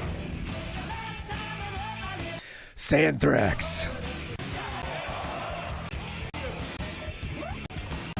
Cool trailer though. I mean, this is 19 fucking years ago, man. I bet this blew people's fucking minds, dude.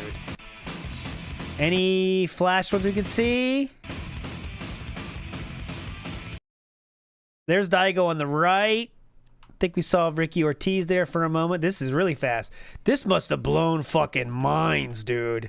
In 2007, there's Ricky Ortiz. That they apparently were still there too, but everyone's a threat, you know, they stepped their game up. 5K means a lot to people. They have like big numbers. Everyone's a threat, you know, they stepped their game up. 5K means a lot to people. There you go. 5K means a lot to people. Here's that moment again. They put this as the outro.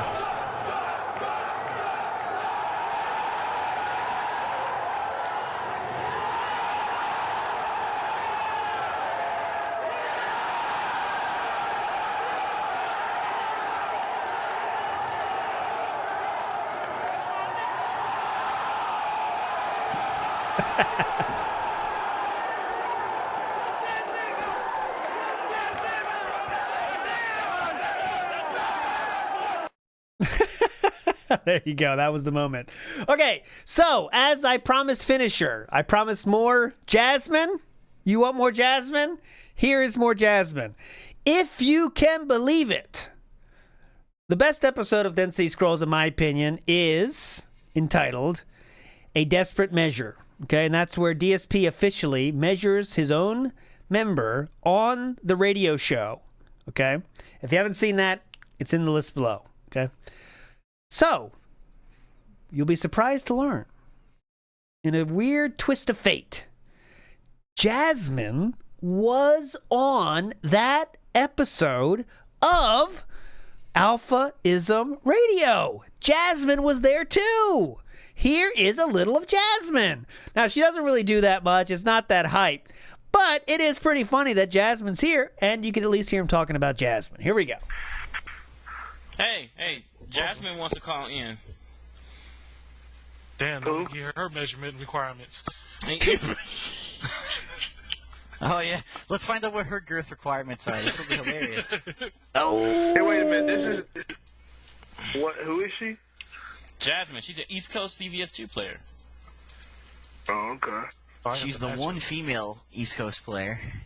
Oh. You want me to call her? Over there? Yeah, 1 second. All right. Now, I will say, DSP is not as horny about Jasmine as he was about Angela. Angela got his attention, but he doesn't seem too interested in, he was very horny for Angela. I know like 5. Why? There's some niggers. Why not? You don't even live in that neighborhood anymore. Why you always say you gotta buy another gun now? Kind of hit one of my neighbor's kids. No, man, it's my birthday, man. Fucking on Monday. So let me just see if they. Of my Hershey stain. I wanna pee on your face. In your food. Drip, drip, drip. That's DSP singing the drip, drip, drip song. The Dave Chappelle song. You guys remember that one? It was about peeing, if you can believe it. It was hilarious. We all loved it. Can you send me the number, Ben? Huh? Yeah. We all fucking loved it. It was hilarious. All right, hold on. I'm going back to my room. Haters wanna hate, lovers wanna love. Won't none of the others wanna piss. Hold on a second. Kai, don't hate about kicking chicks, dude. You fucking ever had a pregnancy scare? First thing you want to do is do a fucking field goal to that chick. Oh my god. Ouch. All right, hold on. I'm about DSP thoughts? He said ouch. I'm about to call her. Hold on.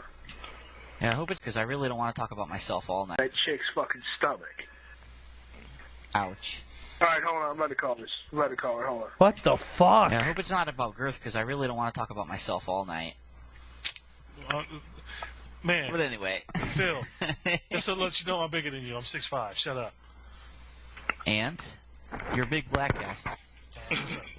You left without saying bye? No one nobody heard. Yeah, those 2/100ths of an inch are too strong. Well, yeah, we're gonna nerd out, but yeah. Be safe out there. She's really going out? Damn, man. Alright. Protect your. Alright, we got everybody? Jasmine. Yes, I'm here. We have Jasmine, boys. Here we go. What is going on, girl? We have Jasmine. How you doing? I'm feeling less than a man right now. Oh. We get to see Jasmine, DSP interacting with Jasmine. Let's see. So I want to. No. I know that this is kind of off the wall, but I just want to get right into it because I want to get another female's perspective. So, And if you don't, how important is girth? Well, I can't speak for other girls. Right. But for me, it's important. Damn. Yes. All right. Is it more important than length? Good question, Philip. Yes. Oh, This is such a conversation that would have taken place for me when I was 14 or 15, right? Is this when we start talking about this stuff, guys? I can't remember exactly, but I believe it was around 14 or 15 is when this is an appropriate conversation. When you're just kind of not sure about anything. So how you learn about stuff is like joking about it. You know what I'm saying? Like, I think this is 14, 15-ish, But anyways, this is DSP now, who is quite literally, guys, 25 years old. 25 years old. 25 years old. Asking someone what's more important, girth or length, at 25. Oh, fine. They're both. To me, they're both important because it's like somebody can have a nice size and a nice width, but if they don't know what they're doing with it, then what's the point? Good point, Jasmine. Yeah. All right, but if That's you what have a guy, that's like I say to Chew, because when I'm finished, you know, and Chew said that was the worst sex I ever had, and I say, how can you make a decision that fast? You know, I mean, it's not fair. he knows what he's doing. Would you rather have a longer dick or a thicker dick? Oh my God! Have a guy, he knows what. Yeah. All right, but if you have a guy, he knows what he's doing. Would you rather have a longer dick or a thicker dick? Uh-huh. Stop lying and just say the thickness. All right. Shush.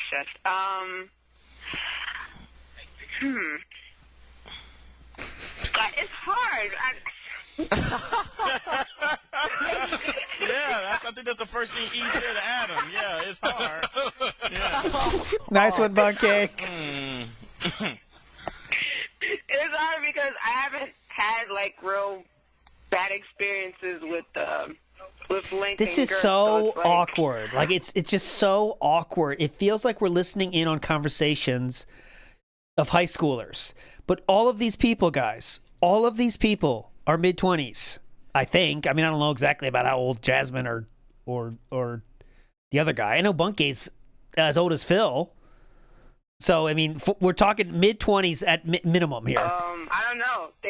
In my experiences, they both did. Exactly. That's what I'm saying. Like, you remember those three-way conversations? I mean, I talked this stupid shit, but I was in high school. Pretty good. They've been perfect, so I've had no real. Interesting. So you've never had to deal with a small dick? Oh my Jesus Christ. So not you must really. Not too much. Not too much. Like maybe just once, but out of how many? But though? that person.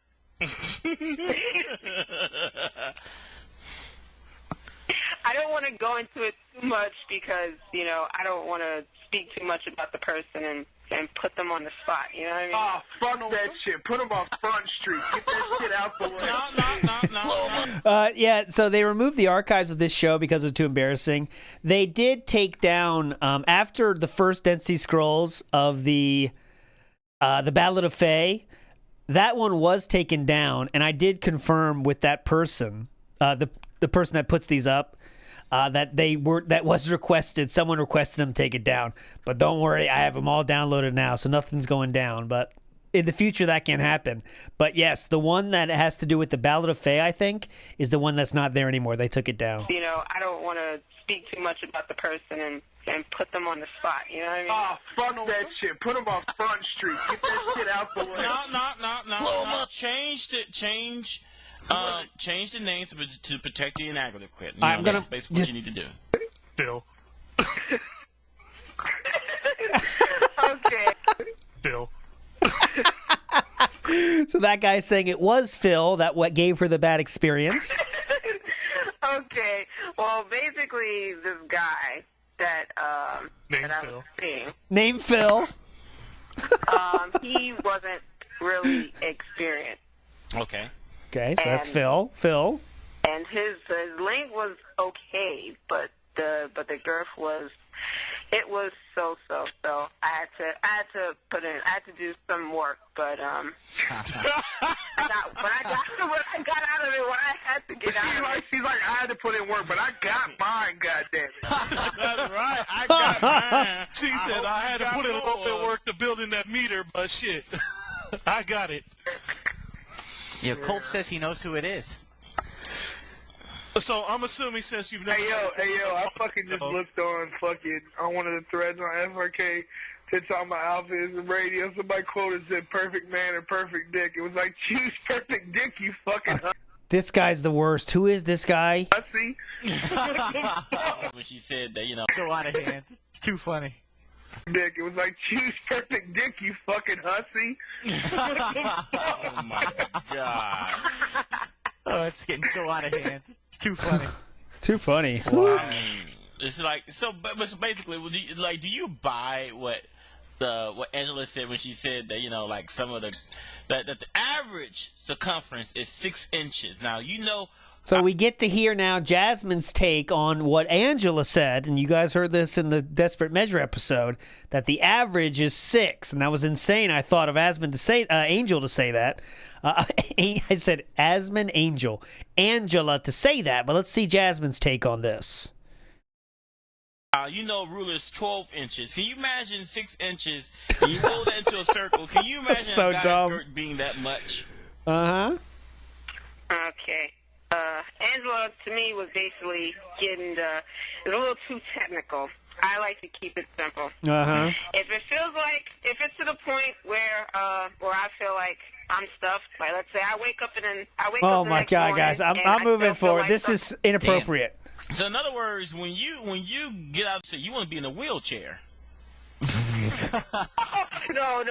I'm not taking it overboard like that. I didn't say wheelchair. I want you to fuck me into the hospital. That even when they take it out, you still feel. Jesus, I'm moving on. That I do the hand check. What? Yeah. From what?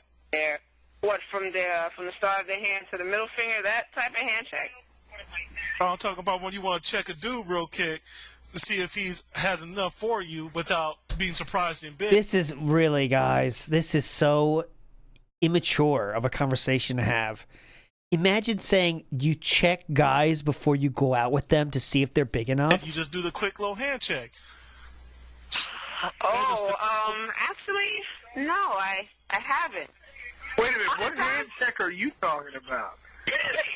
All right, Angela tells me if she's ever interested in a guy, she'll You got to go through this to find the gold. All right, that's why it's do playing, a quick Kevin. little, brush across his dick to make sure that. Wait a minute, hold on. She does this. That's like checking a dude's size after he got. After that, bro, I'm just saying. She don't want. Why doesn't she? You know what? It's funny. She's. I'll try to fight through it to see if DSP comments anymore. It doesn't seem like he I'm is. not beating around. I need to see. Okay, dating. I see to the middle. I heard that from a lot of girls, actually. But with that thing, I heard that from a lot of girls, actually. That's actually like sort of something similar to like where they your hand and you. Like old girl, and He's not talking. All right, here we go. I got It was like when this dude, you like have sex. But listen, Steve. All right, yo. If you're not, all right, yo. when you guys were. I'm gonna go. It's really just gooning talk, guys, for another 5 minutes. Let me see if this gets us back on track. Be a nice dude, but if you like man to be a man. Girls, or what do you think of bisexual lesbians? Girls. Oh my God, guys. They're greedy. That's all. That's sexual. Just might be a case of gonna lie and say that. DSP is like listening in, like horned up out of his mind, like not believing people are talking about this stuff. I guess. That's fucking fine. Fucking homo. I think the double standard exists for girls to be more experimental when it comes to that, because every guy would like to see two chicks at once. Yeah, that's the thing, and even though like some women may like hide it down, like, oh God, I wouldn't want to do anything like that. I wouldn't want to do anything like that. But they thought about it with their boyfriend at least once.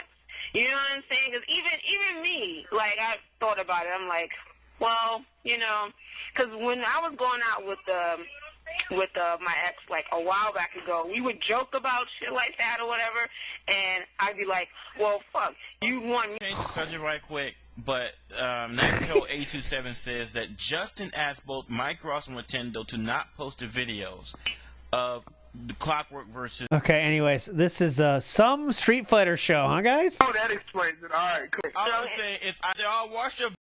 Justin wants to make a video of one of his money matches with one of those guys. I guess I'm hoping that maybe he's asking. I like to do that. Don't forget. Actually, DSP, I think this is right after you got off the air too. Yeah, I got off and I was watching on the.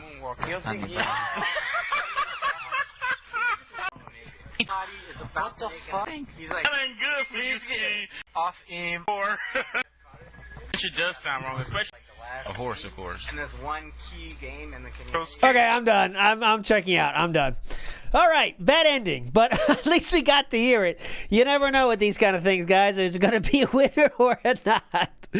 I think we got enough fun, though, out of an episode for that to be a classic episode of Dead Sea Scrolls. Not the best finish, but of course, the links will all be below for you if you want to enjoy that. Enjoy the rest of the episode. That full episode is 3 hours and 33 seconds long. Angela's featured. So there you go. But to wrap it up, to wrap it up, okay? DSP made a lot of claims during his tale of EVO 2006, I think it's safe to say. And, surprisingly, most of them were true-ish. But how we got there is up in debate for me. So what we do know is that EVO happened. DSP thought it was going to be big for him. He got wrecked. Did not make top 8. He didn't really have a lot of friends at this. He didn't have a lot of friends at this event, so he had an empty hotel room. He did let that one person stay on Thursday night, and that person then knew on Sunday night, well, he had a room. So when Combo Fiend got overly drunk at the bar of the Red Rock Hotel, that person knew, well, we could take him up to DSP's place, and that's what they did when Combo Fiend was in a wheelchair. We also know that Daigo and got a little drunk, and Ricky Ortiz and them had some happening. Who knows what that means? But it was a lot of fun for all. My favorite part for sure was that old fucking radio. When I heard that, it was so fun. Like just a magic moment right there. But that thread here and the burn of the whole night, man, this post right here goes down in history as I think, and let me show you. This post right here, I think, is the most brutal post we've probably ever shown, right? Honestly. Like, this one is insane, all right? And this one just cuts. It fucking cuts. But anyways, we'll probably do one more Density Scrolls before the summer's over, all right? These take a long time, and they take longer than before because we've covered a lot of it, so it takes more digging to find the fun stuff. But there's still more there. I promise you that. There is still more there, and we will show it to you as much as we can.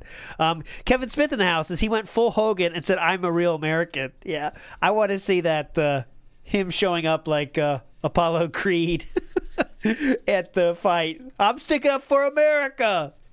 But anyways, you're all fucking legends, all right? Off day tomorrow, but I'll be back on Monday, and it is 11:15 p.m. where I'm at, so that means you guys get the night outro. Okay, big ups everybody for hanging out. I need to take a break. I need to go to sleep, but you're all legends, all right? Don't forget it. We shall see you on Monday. Night outro. Bye.